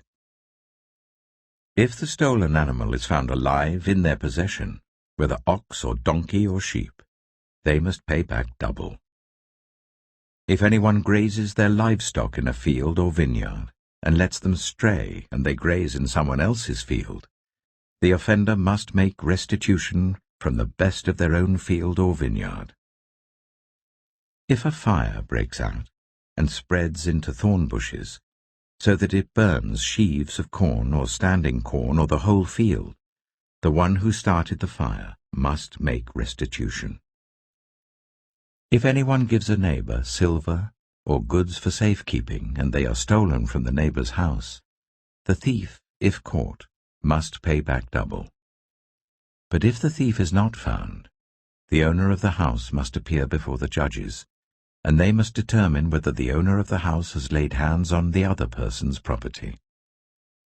In all cases of illegal possession of an ox, a donkey, a sheep, a garment, or any other lost property about which somebody says, "This is mine," both parties are to bring their cases before the judges. The one whom the judges declare guilty must pay back double to the other. If anyone gives a donkey, an ox, a sheep, or any other animal to their neighbor for safekeeping, and it dies, or is injured, or is taken away while no one is looking, the issue between them will be settled by the taking of an oath before the Lord, that the neighbor did not lay hands on the other person's property. The owner is to accept this, and no restitution is required. But if the animal was stolen from the neighbor, restitution must be made to the owner. If it was torn to pieces by a wild animal, the neighbor shall bring in the remains as evidence, and shall not be required to pay for the torn animal. If anyone borrows an animal from their neighbor, and it is injured or dies while the owner is not present, they must make restitution. But if the owner is with the animal, the borrower will not have to pay. If the animal was hired, the money paid for the hire covers the loss.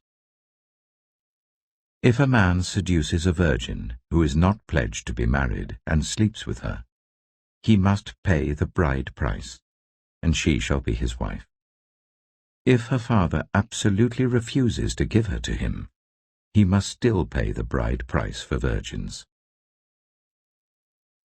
Do not allow a sorceress to live. Anyone who has sexual relations with an animal is to be put to death. Whoever sacrifices to any god other than the Lord must be destroyed.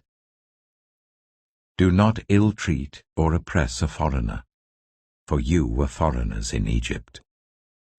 Do not take advantage of the widow or the fatherless. If you do, and they cry out to me, I will certainly hear their cry. My anger will be aroused, and I will kill you with the sword. Your wives will become widows, and your children fatherless.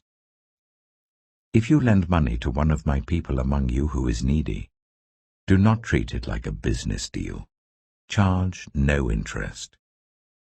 If you take your neighbor's cloak as a pledge, return it by sunset, because that cloak is the only covering your neighbor has. What else can they sleep in? When they cry out to me, I will hear, for I am compassionate. Do not blaspheme God or curse the ruler of your people. Do not hold back offerings from your granaries or your vats. You must give me the firstborn of your sons. Do the same with your cattle and your sheep. Let them stay with their mothers for 7 days, but give them to me on the 8th day. You are to be my holy people. So do not eat the meat of an animal torn by wild beasts. Throw it to the dogs. Exodus chapter 23. Do not spread false reports. Do not help a guilty person by being a malicious witness. Do not follow the crowd in doing wrong. When you give testimony in a lawsuit, do not pervert justice by siding with the crowd, and do not show favoritism to a poor person in a lawsuit. If you come across your enemy's ox or donkey wandering off, be sure to return it. If you see the donkey of someone who hates you, fallen down under its load, do not leave it there. Be sure you help them with it. Do not deny justice to your poor people in their lawsuits. Have nothing to do with a false charge, and do not put an innocent or honest person to death, for I will not acquit the guilty. Do not accept a bribe, for a bribe blinds those who see and twists the words of the innocent. Do not oppress a foreigner. You yourselves know how it feels to be foreigners, because you were foreigners in Egypt. For 6 years you are to sow your fields and harvest the crops, but during the 7th year let the land lie unplowed and unused. Then the poor among your people may get food from it, and the wild animals may eat what is left. Do the same with your vineyard and your olive grove. 6 days do your work, but on the 7th day do not work, so that your ox and your donkey may rest, and so that the slave born in your household and the foreigner living among you may be refreshed. Be careful to do everything I have said to you. Do not invoke the names of other gods. Do not let them be heard on your lips. 3 times a year you are to celebrate a festival to me. Celebrate the festival of unleavened bread. For 7 days eat bread made without yeast, as I commanded you. Do this at the appointed time in the month of Aviv, for in that month you came out of Egypt. No one is to appear before me empty-handed. Celebrate the festival of harvest with the first fruits of the crops you sow in your field. Celebrate the festival of ingathering at the end of the year, when you gather in your crops from the field. 3 times a year all the men are to appear before the sovereign Lord. Do not offer the blood of a sacrifice to me, along with anything containing yeast. The fat of my festival offerings must not be kept until morning. Bring the best of the first fruits of your soil to the house of the Lord your God. Do not cook a young goat in its mother's milk.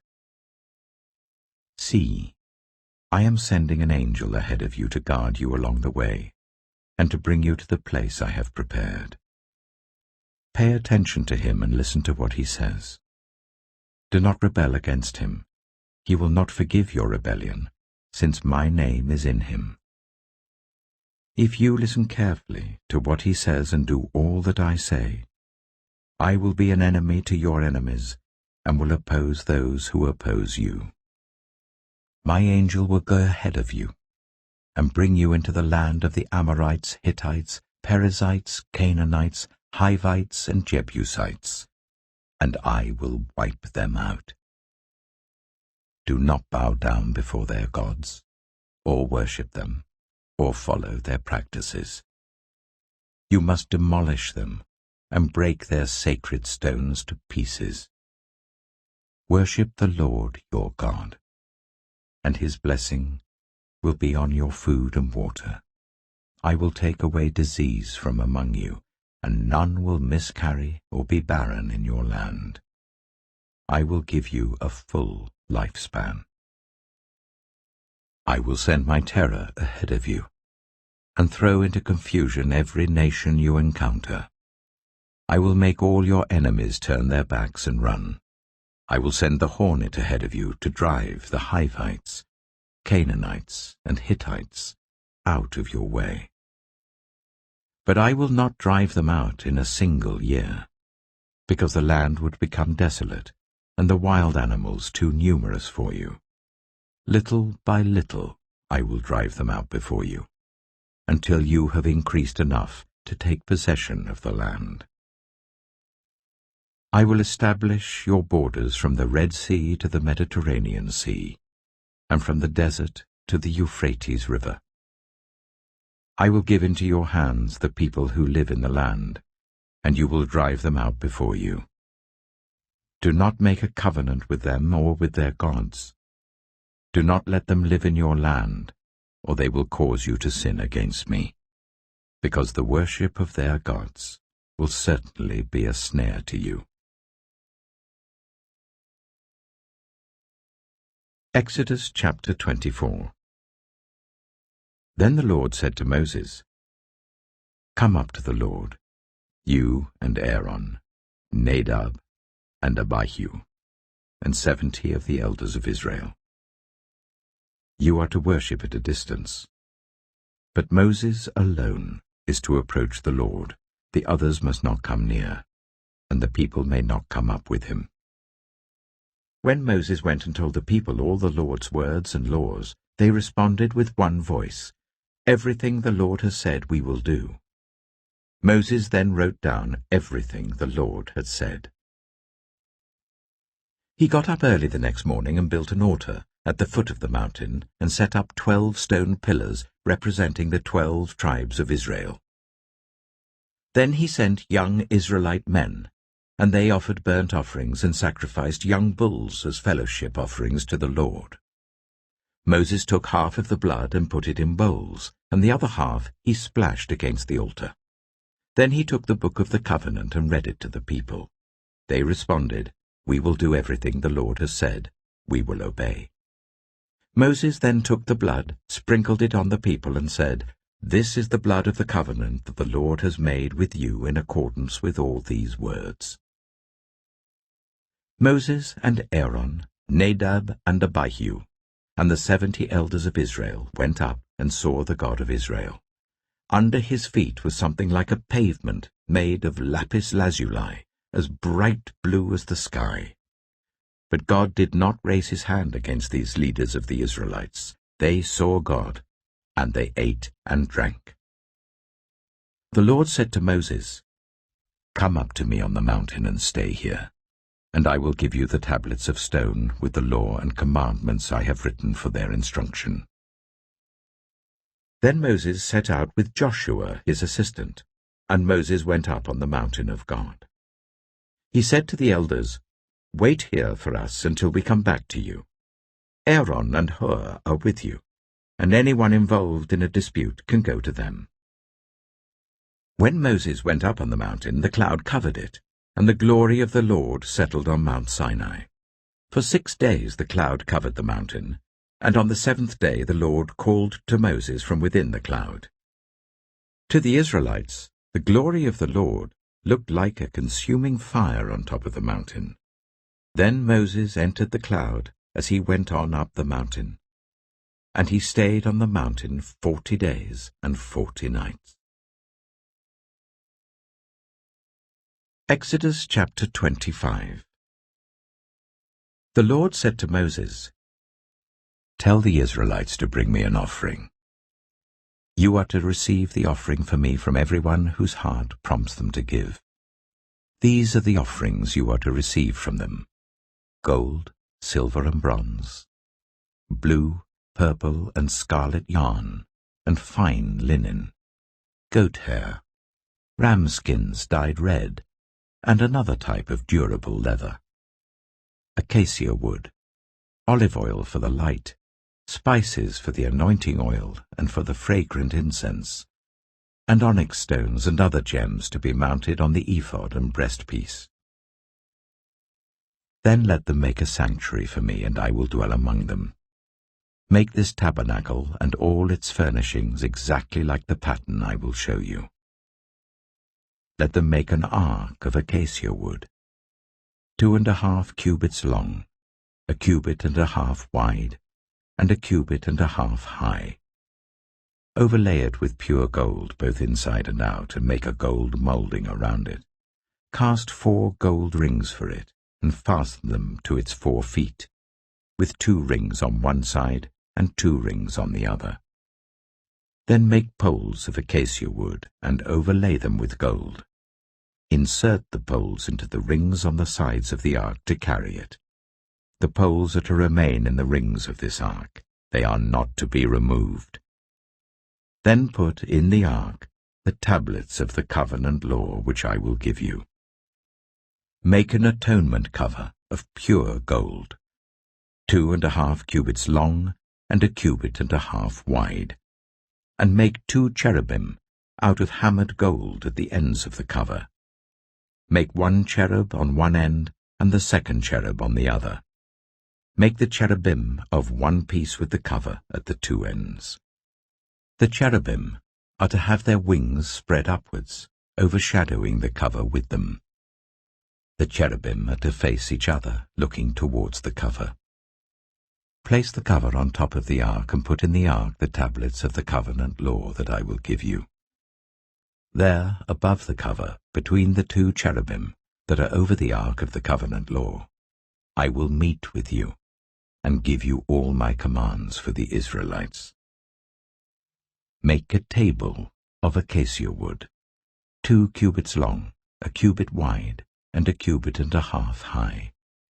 Overlay it with pure gold and make a gold molding around it. Also make around it a rim, a handbreadth wide, and put a gold molding on the rim. Make 4 gold rings for the table and fasten them to the 4 corners where the 4 legs are. The rings are to be close to the rim to hold the poles used in carrying the table.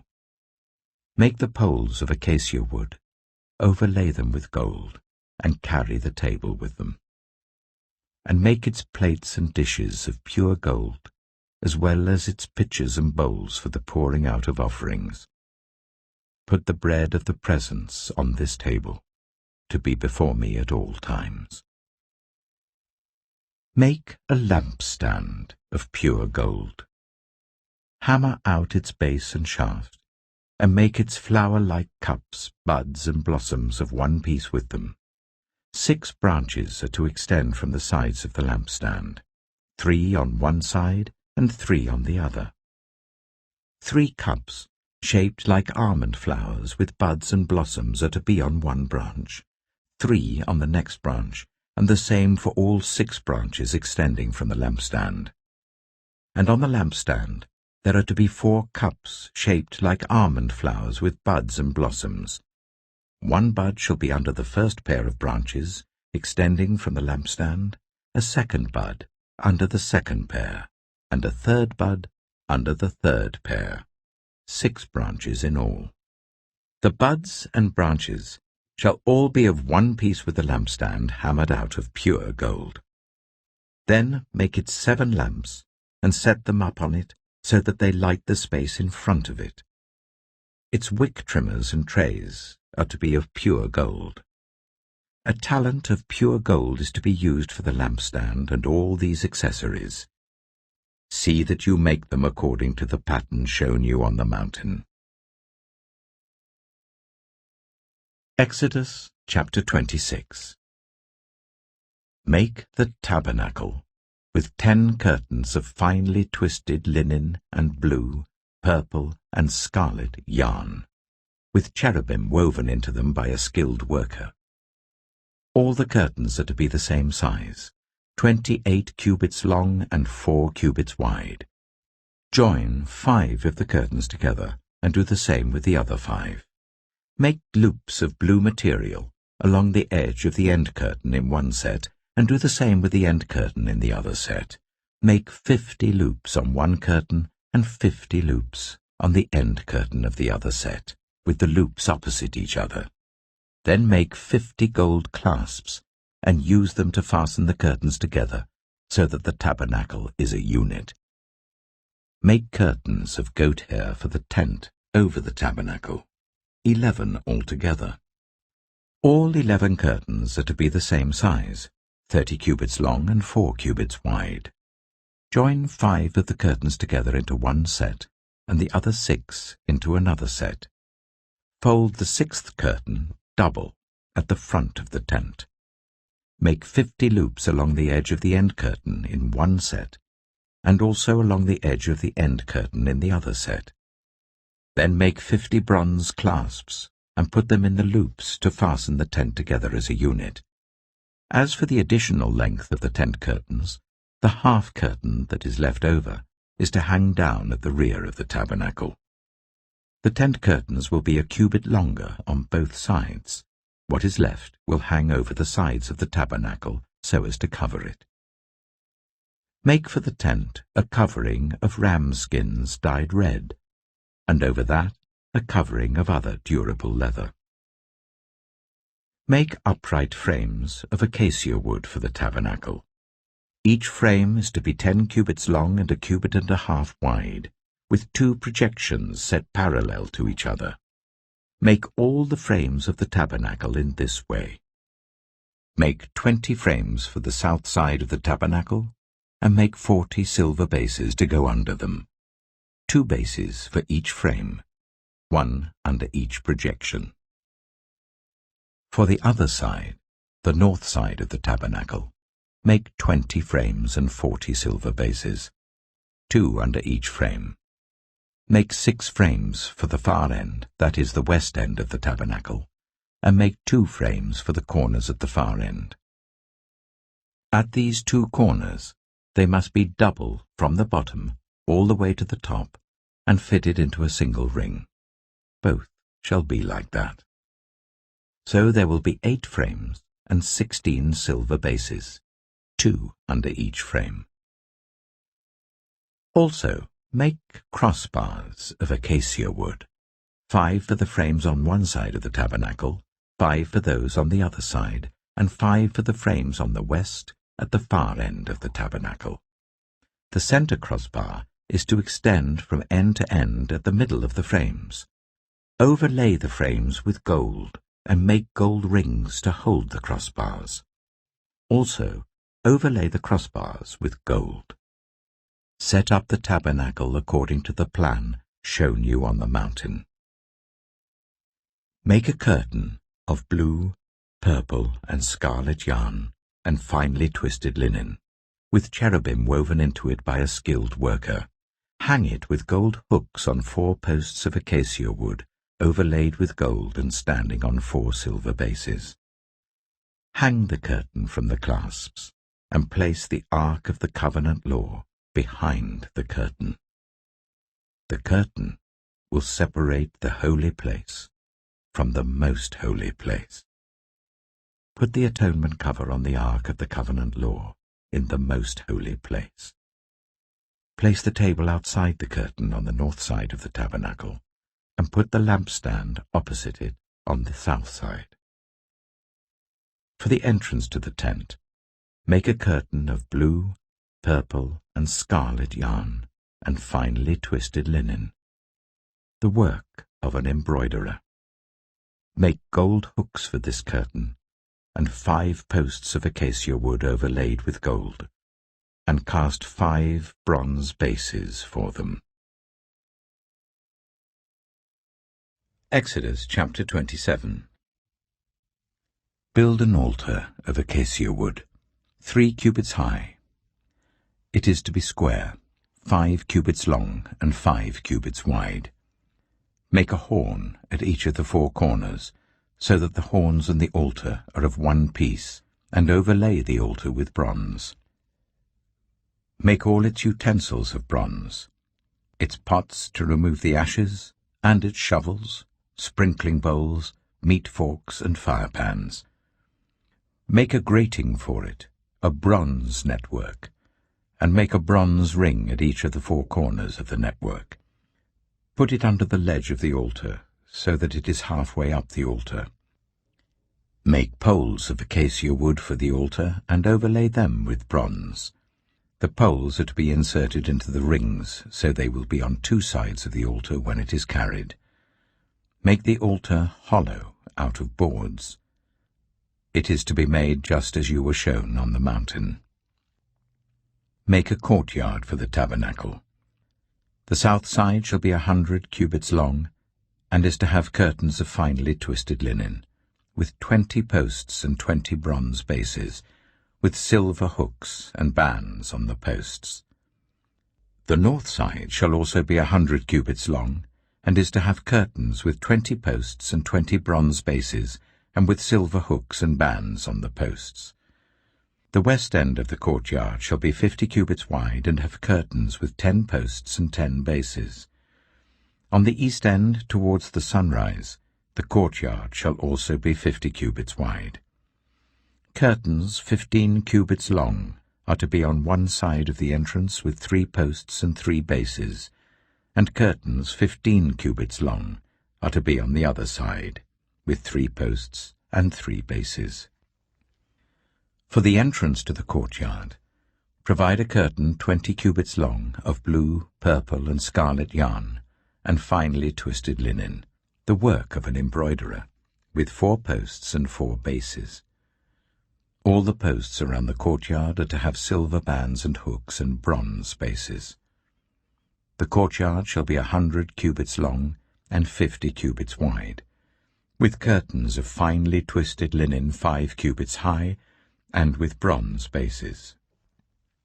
All the other articles used in the service of the tabernacle, whatever their function, including all the tent pegs for it and those for the courtyard, are to be of bronze. Command the Israelites to bring you clear oil of pressed olives for the light, so that the lamps may be kept burning.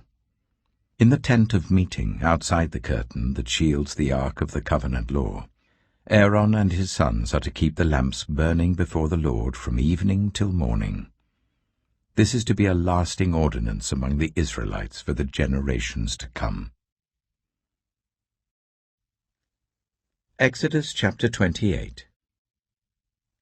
Let Aaron your brother be brought to you from among the Israelites, with his sons Nadab and Abihu, Eleazar and Ithamar, so that they may serve me as priests.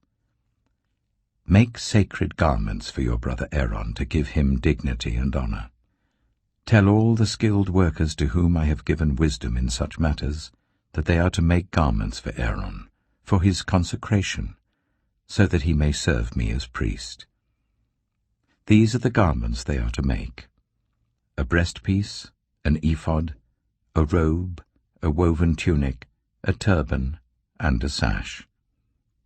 They are to make these sacred garments for your brother Aaron and his sons, so that they may serve me as priests. Make them use gold, and blue, purple, and scarlet yarn, and fine linen. Make the ephod of gold, and of blue, purple, and scarlet yarn, and of finely twisted linen, the work of skilled hands. It is to have 2 shoulder pieces attached to 2 of its corners, so that it can be fastened. Its skillfully woven waistband is to be like it, of 1 piece with the ephod, and made with gold, and with blue, purple, and scarlet yarn, and with finely twisted linen.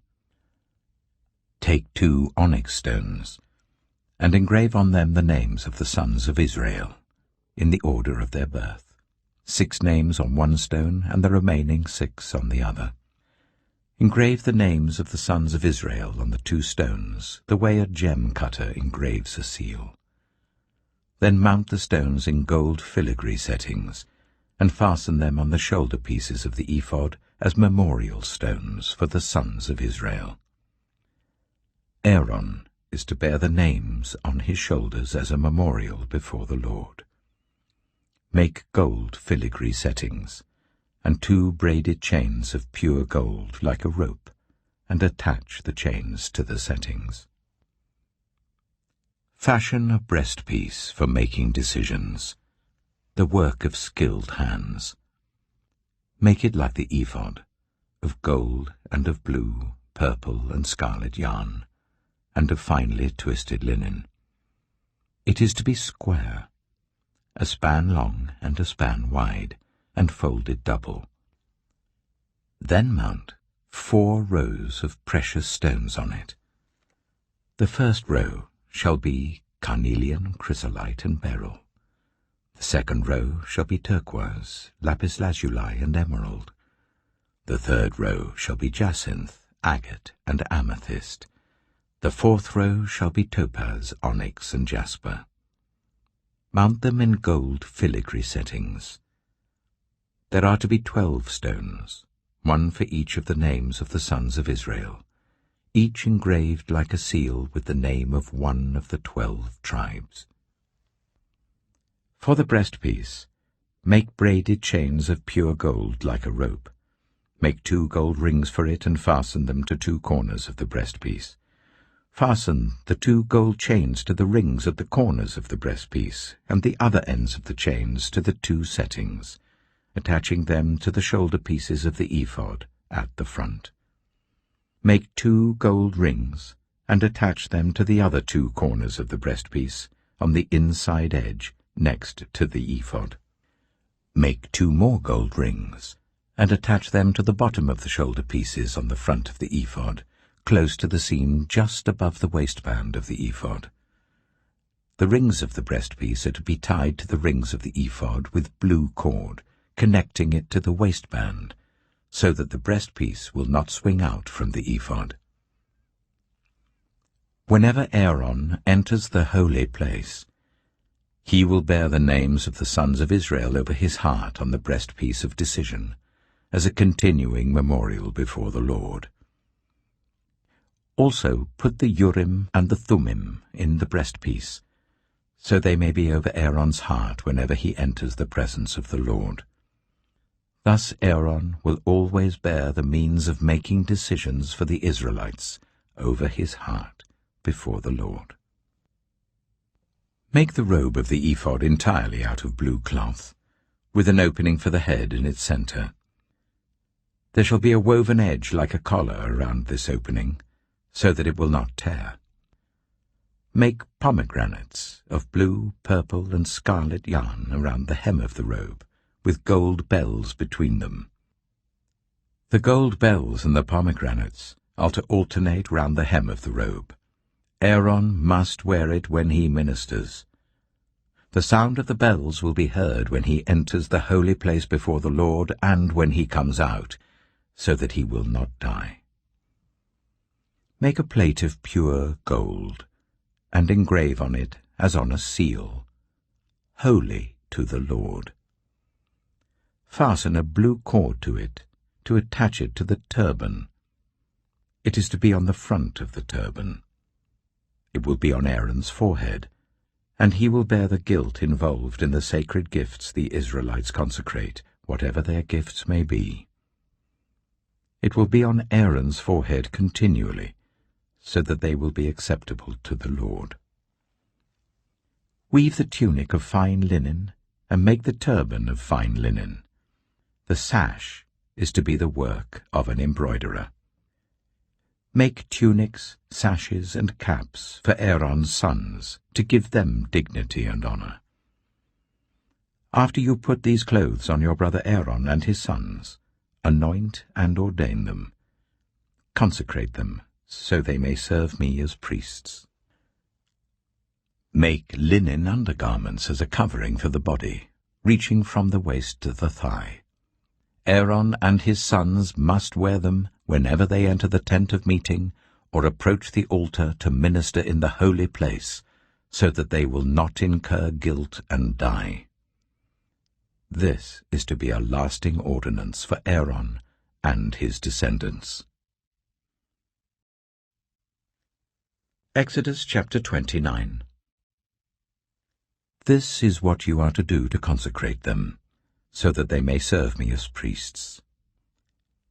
Take a young bull and 2 rams without defect, and from the finest wheat flour make round loaves without yeast, thick loaves without yeast, and with olive oil mixed in, and thin loaves without yeast, and brushed with olive oil.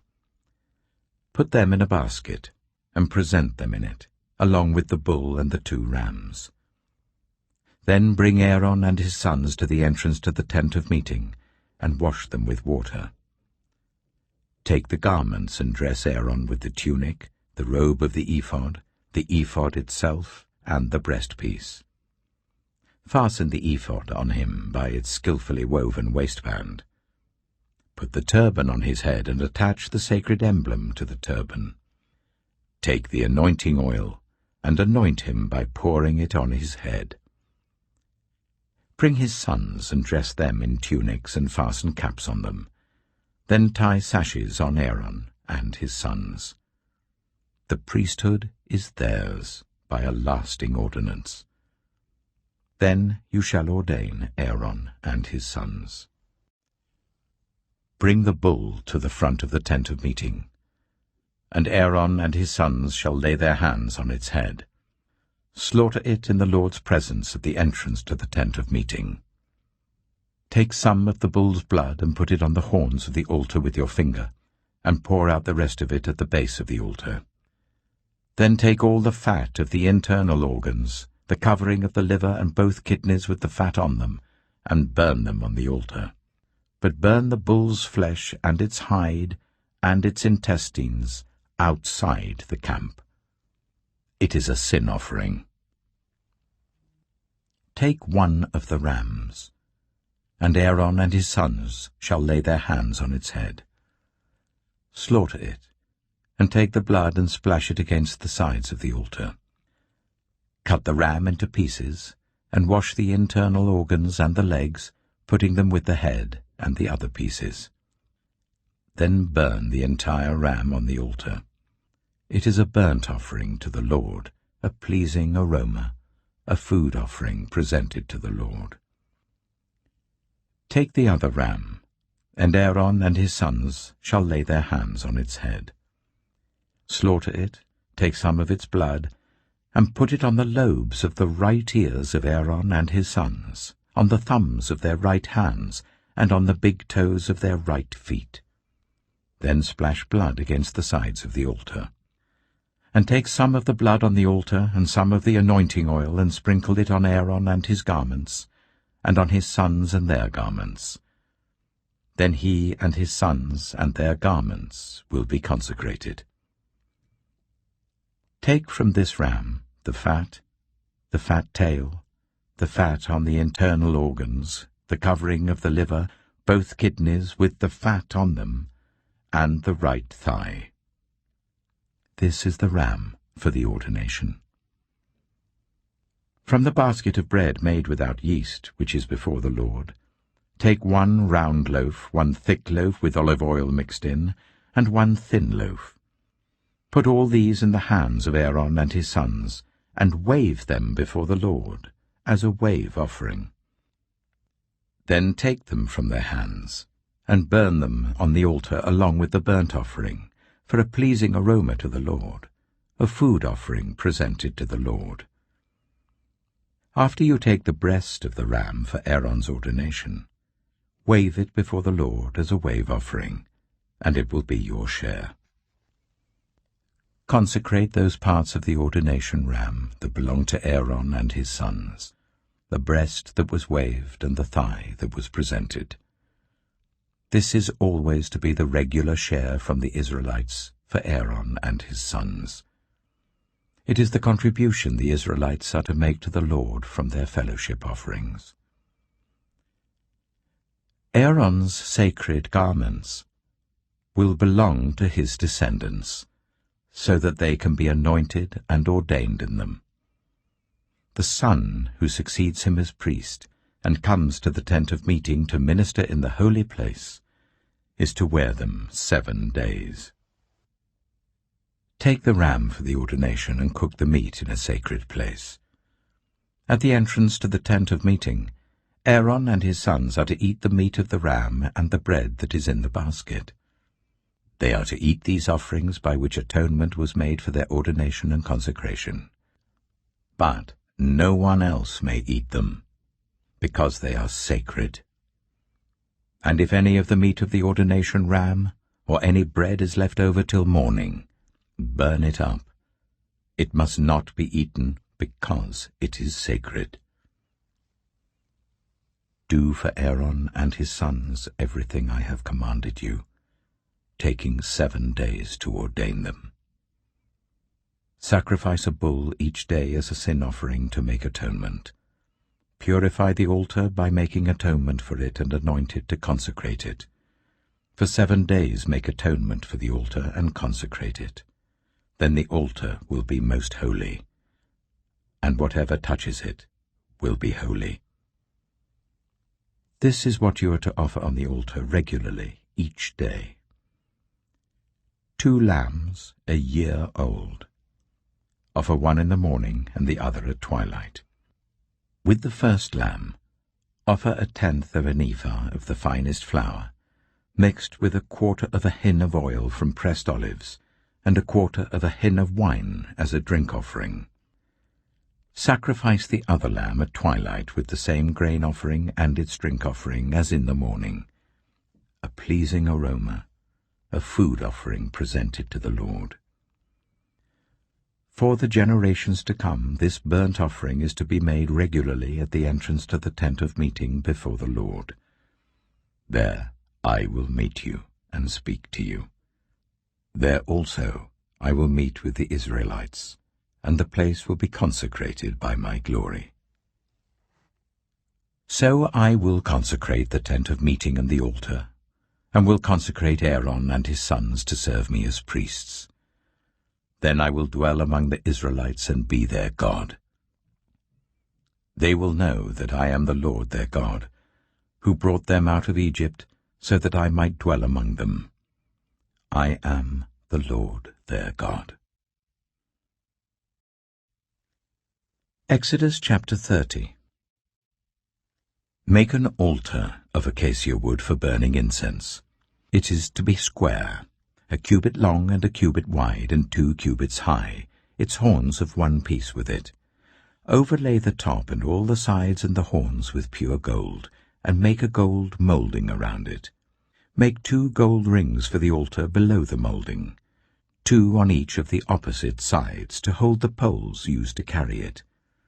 Make the poles of acacia wood and overlay them with gold. Put the altar in front of the curtain that shields the ark of the covenant law, before the atonement cover that is over the tablets of the covenant law, where I will meet with you. Aaron must burn fragrant incense on the altar every morning when he tends the lamps. He must burn incense again when he lights the lamps at twilight, so that incense will burn regularly before the Lord for the generations to come. Do not offer on this altar any other incense or any burnt offering or grain offering, and do not pour a drink offering on it. Once a year Aaron shall make atonement on its horns. This annual atonement must be made with the blood of the atoning sin offering for the generations to come. It is most holy to the Lord. Then the Lord said to Moses, When you take a census of the Israelites to count them, each one must pay the Lord a ransom for his life at the time he is counted. Then no plague will come on them when you number them. Each one who crosses over to those already counted is to give a half shekel according to the sanctuary shekel, which weighs 20 gerams. This half shekel is an offering to the Lord. All who cross over, those 20 years old or more, are to give an offering to the Lord. The rich are not to give more than a half shekel, and the poor are not to give less when you make the offering to the Lord to atone for your lives. Receive the atonement money from the Israelites and use it for the service of the tent of meeting.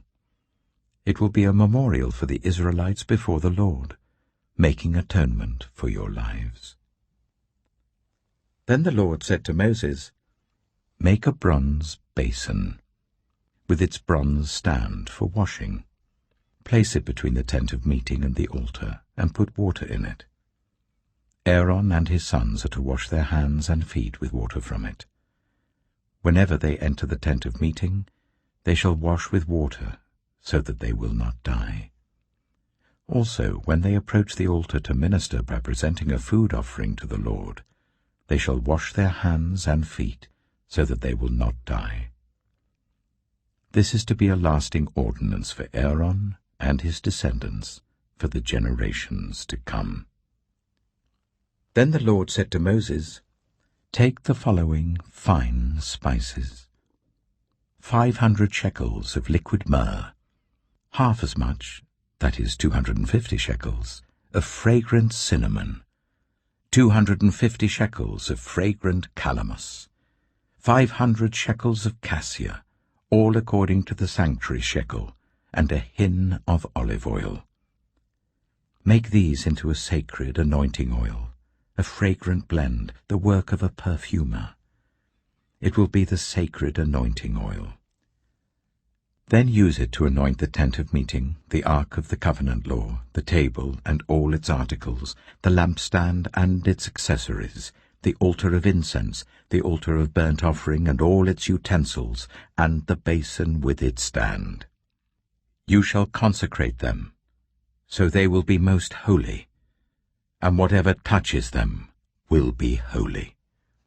Anoint Aaron and his sons and consecrate them, so they may serve me as priests. Say to the Israelites, This is to be my sacred anointing oil for the generations to come, Do not pour it on anyone else's body, and do not make any other oil using the same formula. It is sacred, and you are to consider it sacred.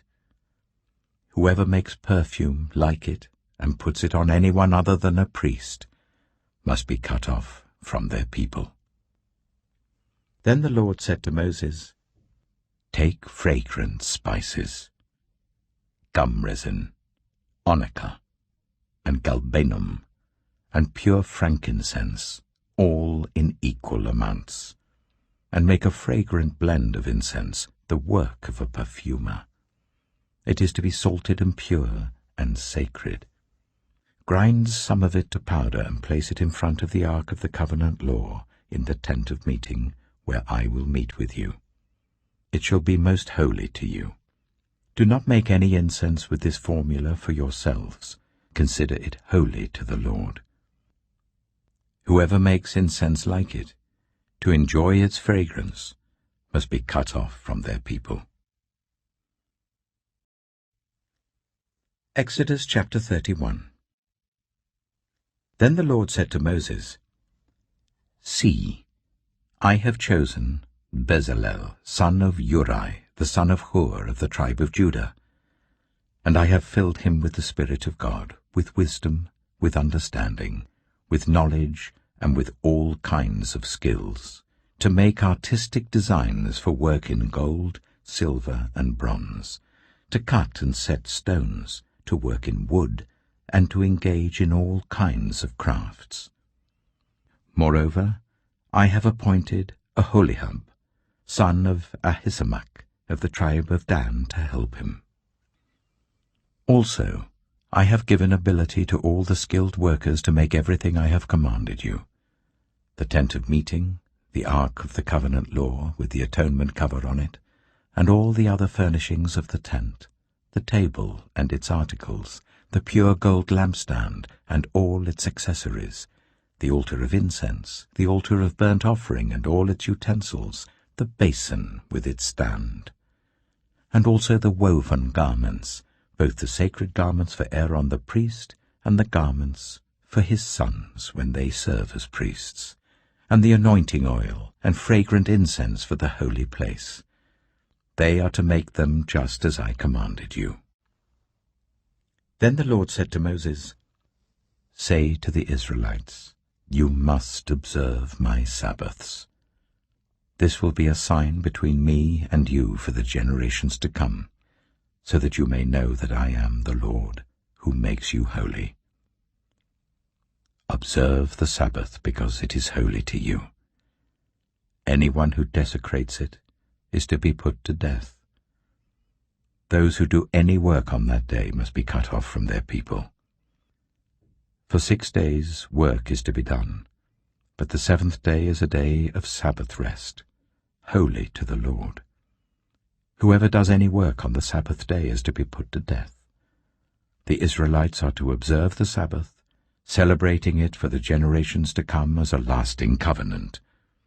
It will be a sign between me and the Israelites forever. For in 6 days the Lord made the heavens and the earth, and on the 7th day he rested and was refreshed.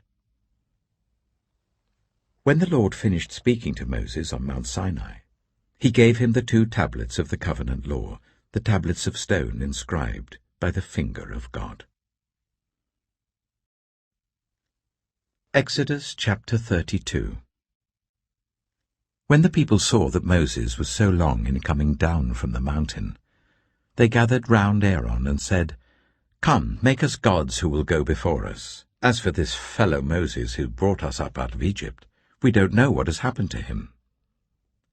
Aaron answered them, Take off the gold earrings that your wives, your sons, and your daughters are wearing, and bring them to me. So all the people took off their earrings and brought them to Aaron. He took what they handed him and made it into an idol cast in the shape of a calf, fashioning it with a tool. Then they said, These are your gods, Israel, who brought you up out of Egypt. When Aaron saw this, he built an altar in front of the calf and announced, Tomorrow there will be a festival to the Lord. So the next day the people rose early and sacrificed burnt offerings and presented fellowship offerings. Afterwards they sat down to eat and drink and got up to indulge in revelry. Then the Lord said to Moses, "Go down, because your people, whom you brought up out of Egypt, have become corrupt. They have been quick to turn away from what I commanded them, and have made themselves an idol cast in the shape of a calf. They have bowed down to it and sacrificed to it, and have said, 'These are your gods, Israel, who brought you up out of Egypt.' I have seen these people," the Lord said to Moses, "and they are a stiff-necked people. Now leave me alone, so that my anger may burn against them, and that I may destroy them. Then I will make you into a great nation." But Moses sought the favor of the Lord his God. "Lord," he said, "why should your anger burn against your people, whom you brought out of Egypt with great power and a mighty hand?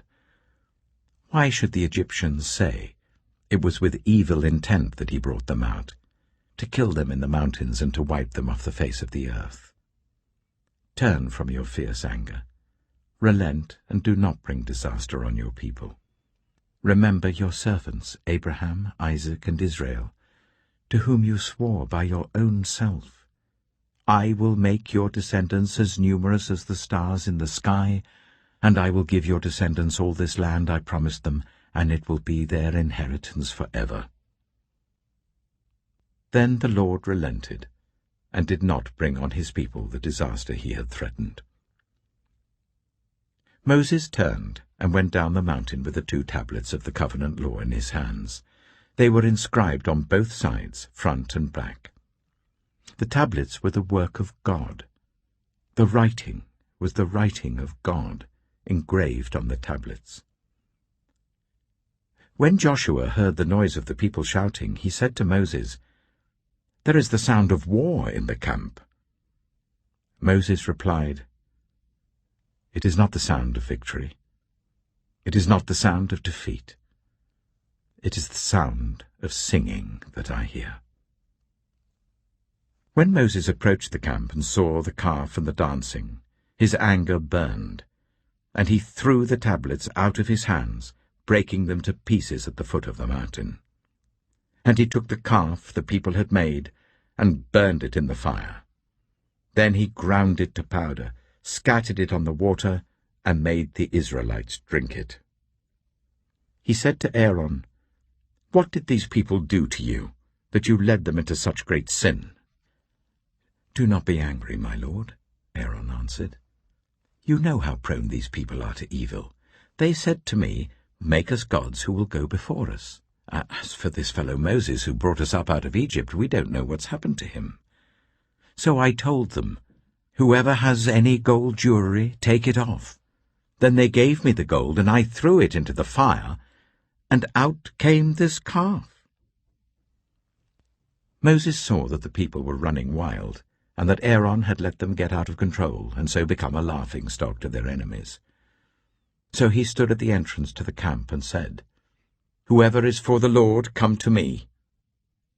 And all the Levites rallied to him. Then he said to them, "This is what the Lord, the God of Israel, says. Each man strap a sword to his side. Go back and forth through the camp from one end to the other, each killing his brother and friend and neighbor." The Levites did as Moses commanded, and that day about 3,000 of the people died. Then Moses said, "You have been set apart to the Lord today, for you were against your own sons and brothers, and he has blessed you this day." The next day Moses said to the people, "You have committed a great sin, but now I will go up to the Lord. Perhaps I can make atonement for your sin." So Moses went back to the Lord and said, "Oh, what a great sin these people have committed. They have made themselves gods of gold. But now, please, forgive their sin. But if not, then blot me out of the book you have written." The Lord replied to Moses, "Whoever has sinned against me, I will blot out of my book. Now go. Lead the people to the place I spoke of, and my angel will go before you. However, when the time comes for me to punish, I will punish them for their sin." And the Lord struck the people with a plague because of what they did with the calf Aaron had made. Exodus chapter 33. Then the Lord said to Moses, "Leave this place, you and the people you brought up out of Egypt, and go up to the land I promised on oath to Abraham, Isaac, and Jacob, saying, I will give it to your descendants. I will send an angel before you and drive out the Canaanites, Amorites, Hittites, Perizzites, Hivites, and Jebusites. Go up to the land flowing with milk and honey. But I will not go with you, because you are a stiff-necked people, and I might destroy you on the way." When the people heard these distressing words, they began to mourn, and no one put on any ornaments. For the Lord had said to Moses, "Tell the Israelites, you are a stiff-necked people. If I were to go with you even for a moment, I might destroy you. Now take off your ornaments, and I will decide what to do with you." So the Israelites stripped off their ornaments at Mount Horeb. Now Moses used to take a tent and pitch it outside the camp some distance away, calling it the tent of meeting.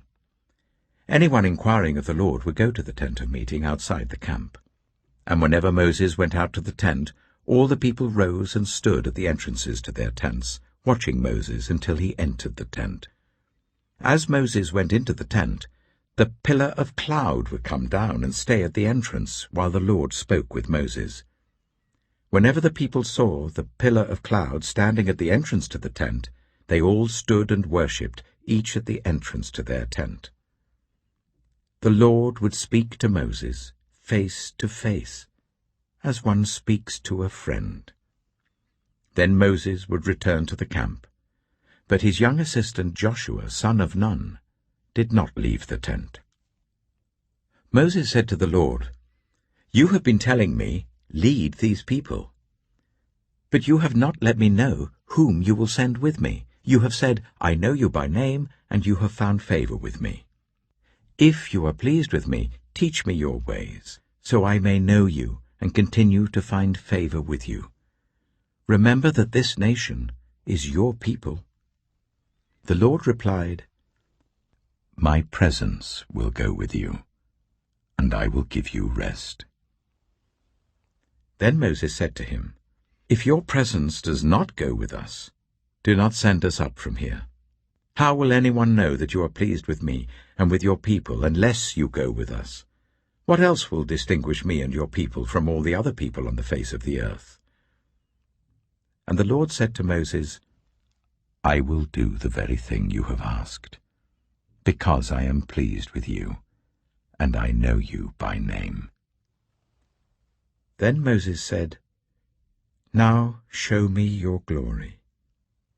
And the Lord said, "I will cause all my goodness to pass in front of you, and I will proclaim my name, the Lord, in your presence. I will have mercy on whom I will have mercy, and I will have compassion on whom I will have compassion.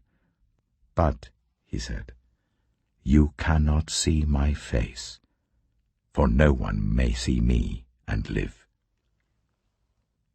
Then the Lord said, "There is a place near me where you may stand on a rock. When my glory passes by, I will put you in a cleft in the rock and cover you with my hand until I have passed by. Then I will remove my hand, and you will see my back, but my face must not be seen." Exodus chapter 34.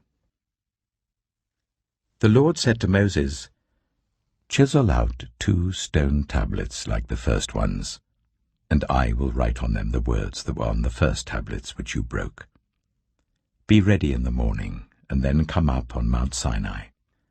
Present yourself to me there on the top of the mountain. No one is to come with you or be seen anywhere on the mountain. Not even the flocks and herds may graze in front of the mountain. So Moses chiseled out 2 stone tablets like the first ones, and went up Mount Sinai early in the morning, as the Lord had commanded him. And he carried the 2 stone tablets in his hands. Then the Lord came down in the cloud, and stood there with him, and proclaimed his name, the Lord. And he passed in front of Moses, proclaiming, the Lord, the compassionate and gracious God, slow to anger, abounding in love and faithfulness, maintaining love to thousands, and forgiving wickedness, rebellion, and sin. Yet he does not leave the guilty unpunished. He punishes the children and their children for the sin of the parents to the 3rd and 4th generation. Moses bowed to the ground at once and worshipped. Lord, he said, if I have found favor in your eyes, then let the Lord go with us. Although this is a stiff-necked people, forgive our wickedness and our sin, and take us as your inheritance. Then the Lord said, I am making a covenant with you. Before all your people, I will do wonders never before done in any nation in all the world. The people you live among will see how awesome is the work that I, the Lord, will do for you. Obey what I command you today. I will drive out before you the Amorites, Canaanites, Hittites, Perizzites, Hivites, and Jebusites. Be careful not to make a treaty with those who live in the land where you are going, or they will be a snare among you. Break down their altars, smash their sacred stones, and cut down their Asherah poles. Do not worship any other god, for the Lord, whose name is jealous, is a jealous God. Be careful not to make a treaty with those who live in the land, for when they prostitute themselves to their gods and sacrifice to them, they will invite you, and you will eat their sacrifices. And when you choose some of their daughters as wives for your sons, and those daughters prostitute themselves to their gods, they will lead your sons to do the same. Do not make any idols. Celebrate the festival of unleavened bread. For 7 days eat bread made without yeast as I commanded you. Do this at the appointed time in the month of Aviv, for in that month you came out of Egypt. The first offspring of every womb belongs to me, including all the firstborn males of your livestock, whether from herd or flock. Redeem the firstborn donkey with a lamb, but if you do not redeem it, break its neck. Redeem all your firstborn sons. No one is to appear before me empty-handed. 6 days you shall labor, but on the 7th day you shall rest. Even during the plowing season and harvest you must rest. Celebrate the festival of weeks with the first fruits of the wheat harvest, and the festival of ingathering at the turn of the year. 3 times a year all your men are to appear before the sovereign Lord, the God of Israel. I will drive out nations before you and enlarge your territory, and no one will covet your land when you go up 3 times each year to appear before the Lord your God. Do not offer the blood of a sacrifice to me along with anything containing yeast, and do not let any of the sacrifice from the Passover festival remain until morning. Bring the best of the first fruits of your soil to the house of the Lord your God. Do not cook a young goat in its mother's milk. Then the Lord said to Moses, Write down these words, for in accordance with these words I have made a covenant with you and with Israel.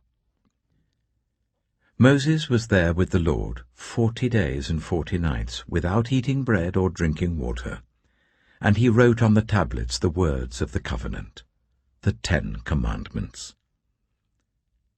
When Moses came down from Mount Sinai, with the 2 tablets of the covenant law in his hands, he was not aware that his face was radiant because he had spoken with the Lord. When Aaron and all the Israelites saw Moses, his face was radiant, and they were afraid to come near him. But Moses called to them. So Aaron and all the leaders of the community came back to him, and he spoke to them. Afterwards all the Israelites came near him, and he gave them all the commands the Lord had given him on Mount Sinai. When Moses finished speaking to them, he put a veil over his face. But whenever he entered the Lord's presence to speak with him, he removed the veil until he came out. And when he came out and told the Israelites what he had been commanded, they saw that his face was radiant. Then Moses would put the veil back over his face until he went in to speak with the Lord. Exodus chapter 35. Moses assembled the whole Israelite community and said to them, "These are the things the Lord has commanded you to do. For 6 days work is to be done, but the 7th day shall be your holy day, a day of Sabbath rest to the Lord. Whoever does any work on it is to be put to death. Do not light a fire in any of your dwellings on the Sabbath day." Moses said to the whole Israelite community, "This is what the Lord has commanded. From what you have, take an offering for the Lord. Everyone who is willing is to bring to the Lord an offering of gold, silver, and bronze, blue, purple, and scarlet yarn and fine linen, goat hair, ram skins dyed red, and another type of durable leather, acacia wood, olive oil for the light, spices for the anointing oil and for the fragrant incense, and onyx stones and other gems to be mounted on the ephod and breastpiece. All who are skilled among you are to come and make everything the Lord has commanded: the tabernacle with its tent and its covering, clasps, frames, crossbars, posts, and bases; the ark with its poles and the atonement cover and the curtain that shields it; the table with its poles and all its articles and the bread of the presence; the lampstand that is for light with its accessories, lamps and oil for the light; the altar of incense with its poles, the anointing oil and the fragrant incense; the curtain for the doorway at the entrance to the tabernacle; the altar of burnt offering with its bronze grating, its poles and all its utensils; the bronze basin with its stand; the curtains of the courtyard with its posts and bases, and the curtain for the entrance to the courtyard; the tent pegs for the tabernacle and for the courtyard, and their ropes; the woven garments worn for ministering in the sanctuary, both the sacred garments for Aaron the priest and the garments for his sons when they serve as priests." Then the whole Israelite community withdrew from Moses' presence, and everyone who was willing and whose heart moved them came and brought an offering to the Lord for the work on the tent of meeting, for all its service, and for the sacred garments. All who were willing, men and women alike, came and brought gold jewelry of all kinds, brooches, earrings, rings, and ornaments. They all presented their gold as a wave offering to the Lord. Everyone who had blue, purple, or scarlet yarn, or fine linen, or goat hair, ram skins dyed red, or other durable leather brought them. Those presenting an offering of silver or bronze brought it as an offering to the Lord, and everyone who had acacia wood for any part of the work brought it. Every skilled woman spun with her hands and brought what she had spun, blue, purple, or scarlet yarn, or fine linen. And all the women who were willing and had the skill spun the goat hair. The leaders brought onyx stones and other gems to be mounted on the ephod and breastpiece. They also brought spices and olive oil for the light, and for the anointing oil, and for the fragrant incense. All the Israelite men and women who were willing brought to the Lord free will offerings for all the work the Lord, through Moses, had commanded them to do. Then Moses said to the Israelites, "See, the Lord has chosen Bezalel, son of Uri, the son of Hur, of the tribe of Judah, And he has filled him with the Spirit of God, with wisdom, with understanding, with knowledge, and with all kinds of skills, to make artistic designs for work in gold, silver, and bronze, to cut and set stones, to work in wood, and to engage in all kinds of artistic crafts. And he has given both him and Aholiab, son of Ahisamach of the tribe of Dan, the ability to teach others. He has filled them with skill to do all kinds of work as engravers, designers, embroiderers in blue, purple, and scarlet yarn and fine linen, and weavers, all of them skilled workers and designers. Exodus chapter 36. So Bezalel, Aholiab, and every skilled person to whom the Lord has given skill and ability, to know how to carry out all the work of constructing the sanctuary, are to do the work just as the Lord has commanded. Then Moses summoned Bezalel and Aholiab, and every skilled person to whom the Lord had given ability, and who was willing to come and do the work. They received from Moses all the offerings the Israelites had brought to carry out the work of constructing the sanctuary. And the people continued to bring free will offerings morning after morning. So all the skilled workers who were doing all the work on the sanctuary left what they were doing and said to Moses, "The people are bringing more than enough for doing the work the Lord commanded to be done." Then Moses gave an order, and they sent this word throughout the camp: "No man or woman is to make anything else as an offering for the sanctuary." And so the people were restrained from bringing more, because what they already had was more than enough to do all the work. All those who were skilled among the workers made the tabernacle with 10 curtains of finely twisted linen and blue, purple, and scarlet yarn, with cherubim woven into them by expert hands. All the curtains were the same size, 28 cubits long and 4 cubits wide. They joined 5 of the curtains together and did the same with the other 5.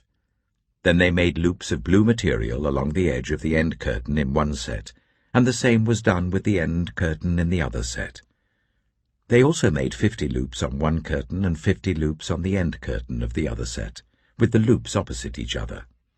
Then they made 50 gold clasps, and used them to fasten the 2 sets of curtains together, so that the tabernacle was a unit. They made curtains of goat hair for the tent over the tabernacle, 11 altogether.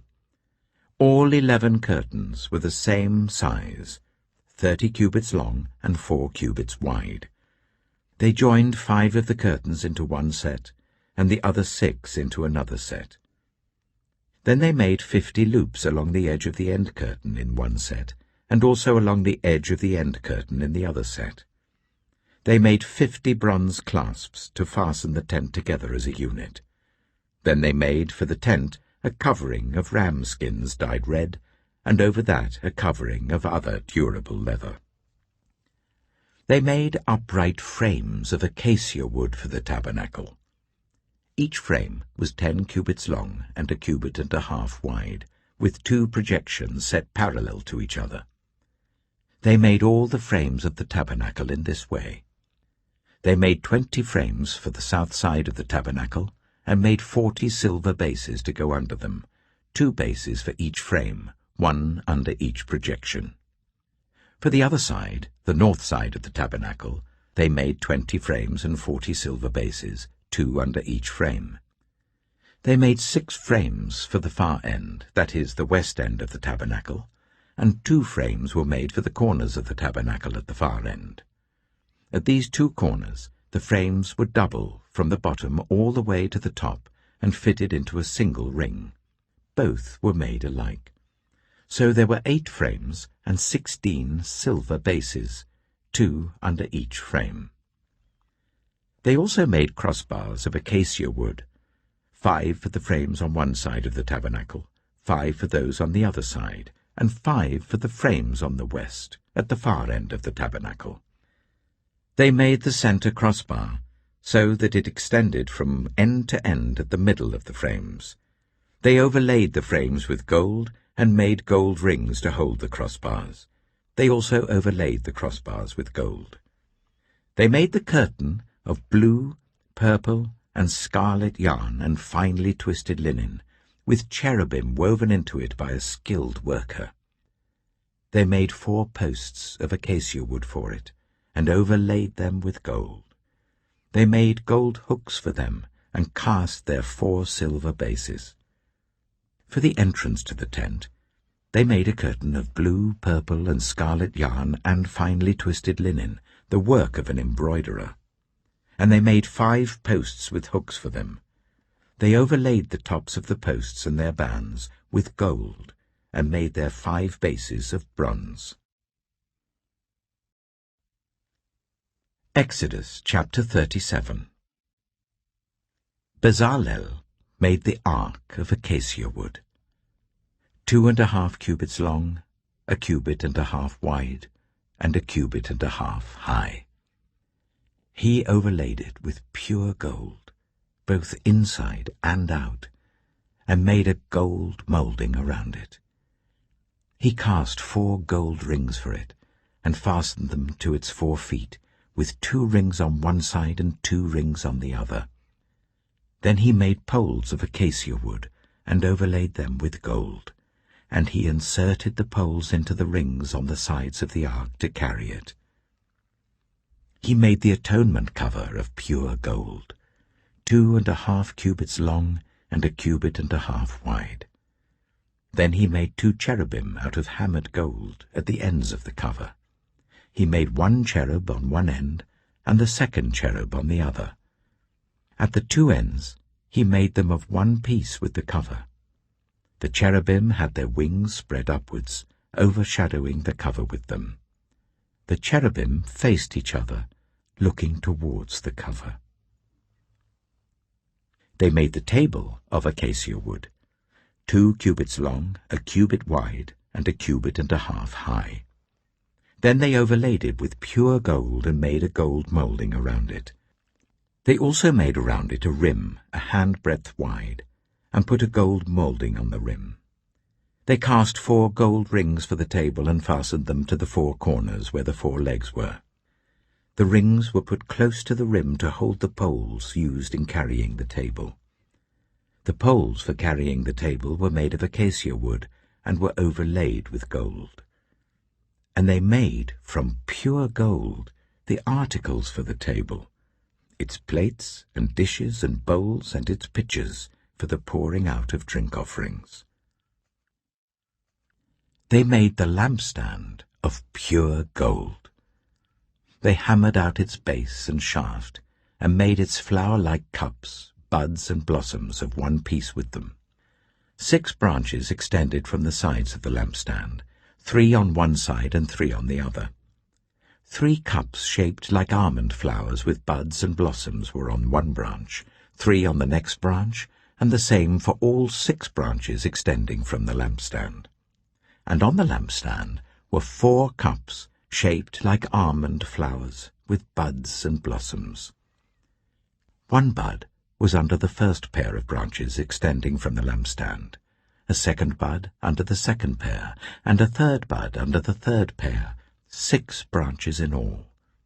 The buds and the branches were all of one piece with the lampstand, hammered out of pure gold. They made its 7 lamps, as well as its wick trimmers and trays, of pure gold. They made the lampstand and all its accessories from 1 talent of pure gold. They made the altar of incense out of acacia wood. It was square, 1 cubit long and 1 cubit wide and 2 cubits high, its horns of one piece with it. They overlaid the top and all the sides and the horns with pure gold and made a gold moulding around it. They made 2 gold rings below the moulding, 2 on each of the opposite sides to hold the poles used to carry it. They made the poles of acacia wood and overlaid them with gold. They also made the sacred anointing oil and the pure, fragrant incense, the work of a perfumer. Exodus chapter 38. They built the altar of burnt offering of acacia wood, 3 cubits high. It was square, 5 cubits long and 5 cubits wide. They made a horn at each of the 4 corners, so that the horns and the altar were of one piece, and they overlaid the altar with bronze. They made all its utensils of bronze, its pots, shovels, sprinkling bowls, meat forks, and fire pans. They made a grating for the altar, a bronze network to be under its ledge halfway up the altar. They cast bronze rings to hold the poles for the 4 corners of the bronze grating. They made the poles of acacia wood and overlaid them with bronze. They inserted the poles into the rings so they would be on the sides of the altar for carrying it. They made it hollow out of boards. They made the bronze basin and its bronze stand from the mirrors of the women who served at the entrance to the tent of meeting. Next they made the courtyard. The south side was 100 cubits long and had curtains of finely twisted linen with 20 posts and 20 bronze bases, and with silver hooks and bands on the posts. The north side was also 100 cubits long and had 20 posts and 20 bronze bases, with silver hooks and bands on the posts. The west end was 50 cubits wide and had curtains with 10 posts and 10 bases, with silver hooks and bands on the posts. The east end, towards the sunrise, was also 50 cubits wide. Curtains 15 cubits long were on one side of the entrance, with 3 posts and 3 bases, and curtains 15 cubits long were on the other side of the entrance to the courtyard, with 3 posts and 3 bases. All the curtains around the courtyard were of finely twisted linen. The bases for the posts were bronze. The hooks and bands on the posts were silver, and their tops were overlaid with silver. So all the posts of the courtyard had silver bands. The curtain for the entrance to the courtyard was made of blue, purple, and scarlet yarn, and finely twisted linen, the work of an embroiderer. It was 20 cubits long, and, like the curtains of the courtyard, 5 cubits high, with 4 posts and 4 bronze bases. Their hooks and bands were silver, and their tops were overlaid with silver. All the tent pegs of the tabernacle, and of the surrounding courtyard, were bronze. These are the amounts of the material used for the tabernacle of the covenant law, which were recorded at Moses' command by the Levites under the direction of Itamar, son of Aaron the priest. Bezalel, son of Uri, the son of Hur of the tribe of Judah, made everything the Lord commanded Moses. With him was Aholiab, son of Ahisamach, of the tribe of Dan, an engraver and designer, and an embroiderer, in blue, purple, and scarlet yarn and fine linen. The total amount of the gold from the wave offering used for all the work on the sanctuary was 29 talents and 730 shekels, according to the sanctuary shekel. The silver obtained from those of the community who were counted in the census was 100 talents and 1,775 shekels, according to the sanctuary shekel. 1 beaker per person, that is half a shekel, according to the sanctuary shekel, from everyone who had crossed over to those counted 20 years old or more, a total of 603,550 men. The 100 talents of silver were used to cast the bases for the sanctuary and for the curtain. 100 bases from the 100 talents, 1 talent for each base. They used the 1,775 shekels to make the hooks for the posts, to overlay the tops of the posts, and to make their bands. The bronze from the wave offering was 70 talents and 2,400 shekels.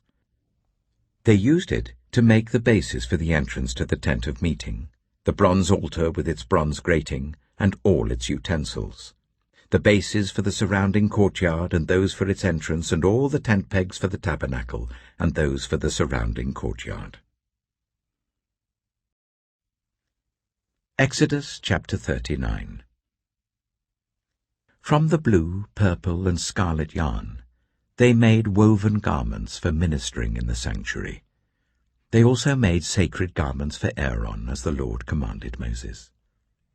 They made the ephod of gold and of blue, purple, and scarlet yarn, and of finely twisted linen. They hammered out thin sheets of gold, and cut strands to be worked into the blue, purple, and scarlet yarn and fine linen, the work of skilled hands. They made shoulder pieces for the ephod, which were attached to 2 of its corners, so that it could be fastened. Its skillfully woven waistband was like it, of 1 piece with the ephod, and made with gold, and with blue, purple, and scarlet yarn, and with finely twisted linen, as the Lord commanded Moses. They mounted the onyx stones in gold filigree settings, and engraved them like a seal with the names of the sons of Israel. Then they fastened them on the shoulder pieces of the ephod as memorial stones for the sons of Israel, as the Lord commanded Moses. They fashioned the breastpiece, the work of a skilled craftsman. They made it like the ephod, of gold, and of blue, purple, and scarlet yarn, and of finely twisted linen. It was square, a span long and a span wide, and folded double. Then they mounted 4 rows of precious stones on it. The first row was carnelian, chrysolite, and beryl. The second row was turquoise, lapis lazuli, and emerald. The third row was jacinth, agate, and amethyst. The fourth row was topaz, onyx, and jasper. They were mounted in gold filigree settings. There were 12 stones, 1 for each of the names of the sons of Israel, each engraved like a seal with the name of 1 of the 12 tribes. For the breastpiece, they made braided chains of pure gold, like a rope. They made 2 gold filigree settings and 2 gold rings, and fastened the rings to 2 of the corners of the breastpiece. They fastened the 2 gold chains to the rings at the corners of the breastpiece, and the other ends of the chains to the 2 settings, attaching them to the shoulder pieces of the ephod at the front. They made 2 gold rings, and attached them to the other 2 corners of the breastpiece on the inside edge next to the ephod. Then they made 2 more gold rings, and attached them to the bottom of the shoulder pieces on the front of the ephod, close to the seam just above the waistband of the ephod. They tied the rings of the breastpiece to the rings of the ephod with blue cord, connecting it to the waistband, so that the breastpiece would not swing out from the ephod, as the Lord commanded Moses. They made the robe of the ephod entirely of blue cloth, the work of a weaver, with an opening in the center of the robe like the opening of a collar, and a band around this opening so that it would not tear. They made pomegranates of blue, purple, and scarlet yarn and finely twisted linen round the hem of the robe. And they made bells of pure gold, and attached them around the hem between the pomegranates. The bells and pomegranates alternated round the hem of the robe to be worn for ministering, as the Lord commanded Moses. For Aaron and his sons, they made tunics of fine linen, the work of a weaver, and the turban of fine linen, the linen caps and the undergarments of finely twisted linen. The sash was made of finely twisted linen and blue, purple, and scarlet yarn, the work of an embroiderer, as the Lord commanded Moses. They made the plate, the sacred emblem, out of pure gold, and engraved on it, like an inscription on a seal, "Holy to the Lord." Then they fastened a blue cord to it to attach it to the turban, as the Lord commanded Moses. So all the work on the tabernacle, the tent of meeting, was completed. The Israelites did everything just as the Lord commanded Moses. Then they brought the tabernacle to Moses, the tent and all its furnishings, its clasps, frames, crossbars, posts, and bases, the covering of ram skins dyed red, and the covering of another durable leather, and the shielding curtain. the ark of the covenant law with its poles and the atonement cover, the table with all its articles and the bread of the presence, the pure gold lampstand with its row of lamps and all its accessories, and the olive oil for the light, the gold altar, the anointing oil, the fragrant incense, and the curtain for the entrance to the tent, the bronze altar with its bronze grating, its poles and all its utensils, the basin with its stand, the curtains of the courtyard with its posts and bases, and the curtain for the entrance to the courtyard, the ropes and tent pegs for the courtyard, all the furnishings for the tabernacle, the tent of meeting, and the woven garments worn for ministering in the sanctuary, both the sacred garments for Aaron the priest and the garments for his sons when serving as priests. The Israelites had done all the work just as the Lord had commanded Moses. Moses inspected the work and saw that they had done it just as the Lord had commanded. So Moses blessed them. Exodus chapter 40. Then the Lord said to Moses, "Set up the tabernacle, the tent of meeting, on the first day of the first month. Place the ark of the covenant law in it, and shield the ark with the curtain. Bring in the table, and set out what belongs on it. Then bring in the lampstand, and set up its lamps. Place the gold altar of incense in front of the ark of the covenant law, and put the curtain at the entrance to the tabernacle. Place the altar of burnt offering in front of the entrance to the tabernacle, the tent of meeting. Place the basin between the tent of meeting and the altar, and put water in it. Set up the courtyard around it, and put the curtain at the entrance to the courtyard. Take the anointing oil, and anoint the tabernacle and everything in it. Consecrate it and all its furnishings, and it will be holy. Then anoint the altar of burnt offering and all its utensils. Consecrate the altar, and it will be most holy. Anoint the basin and its stand, and consecrate them. Bring Aaron and his sons to the entrance to the tent of meeting, and wash them with water. Then dress Aaron in the sacred garments. Anoint him and consecrate him so that he may serve me as priest. Bring his sons and dress them in tunics. Anoint them just as you anointed their father, so that they may serve me as priests. Their anointing will be to a priesthood that will continue throughout their generations." Moses did everything just as the Lord commanded him. So the tabernacle was set up on the first day of the first month in the second year. When Moses set up the tabernacle, he put the bases in place, erected the frames, inserted the crossbars, and set up the posts. Then he spread the tent over the tabernacle and put the covering over the tent as the Lord commanded him. He took the tablets of the covenant law and placed them in the ark, attached the poles to the ark and put the atonement cover over it. Then he brought the ark into the tabernacle and hung the shielding curtain, and shielded the ark of the covenant law, as the Lord commanded him.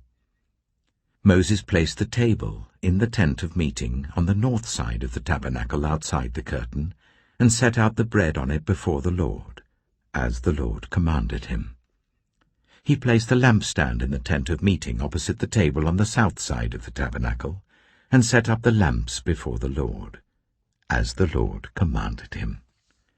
Moses placed the gold altar in the tent of meeting in front of the curtain, and burned fragrant incense on it, as the Lord commanded him.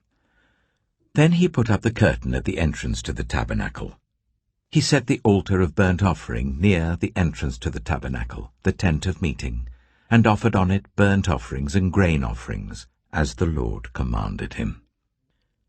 He placed the basin between the tent of meeting and the altar, and put water in it for washing, and Moses and Aaron and his sons used it to wash their hands and feet.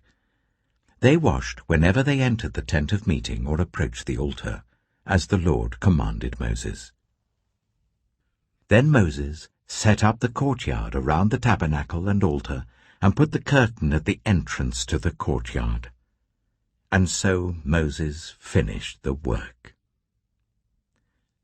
Then the cloud covered the tent of meeting, and the glory of the Lord filled the tabernacle.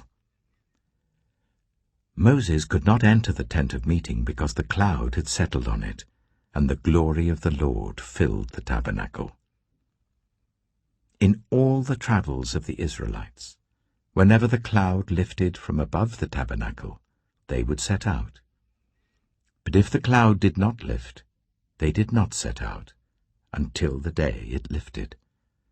So the cloud of the Lord was over the tabernacle by day, and fire was in the cloud by night, in the sight of all Israelites during their travels.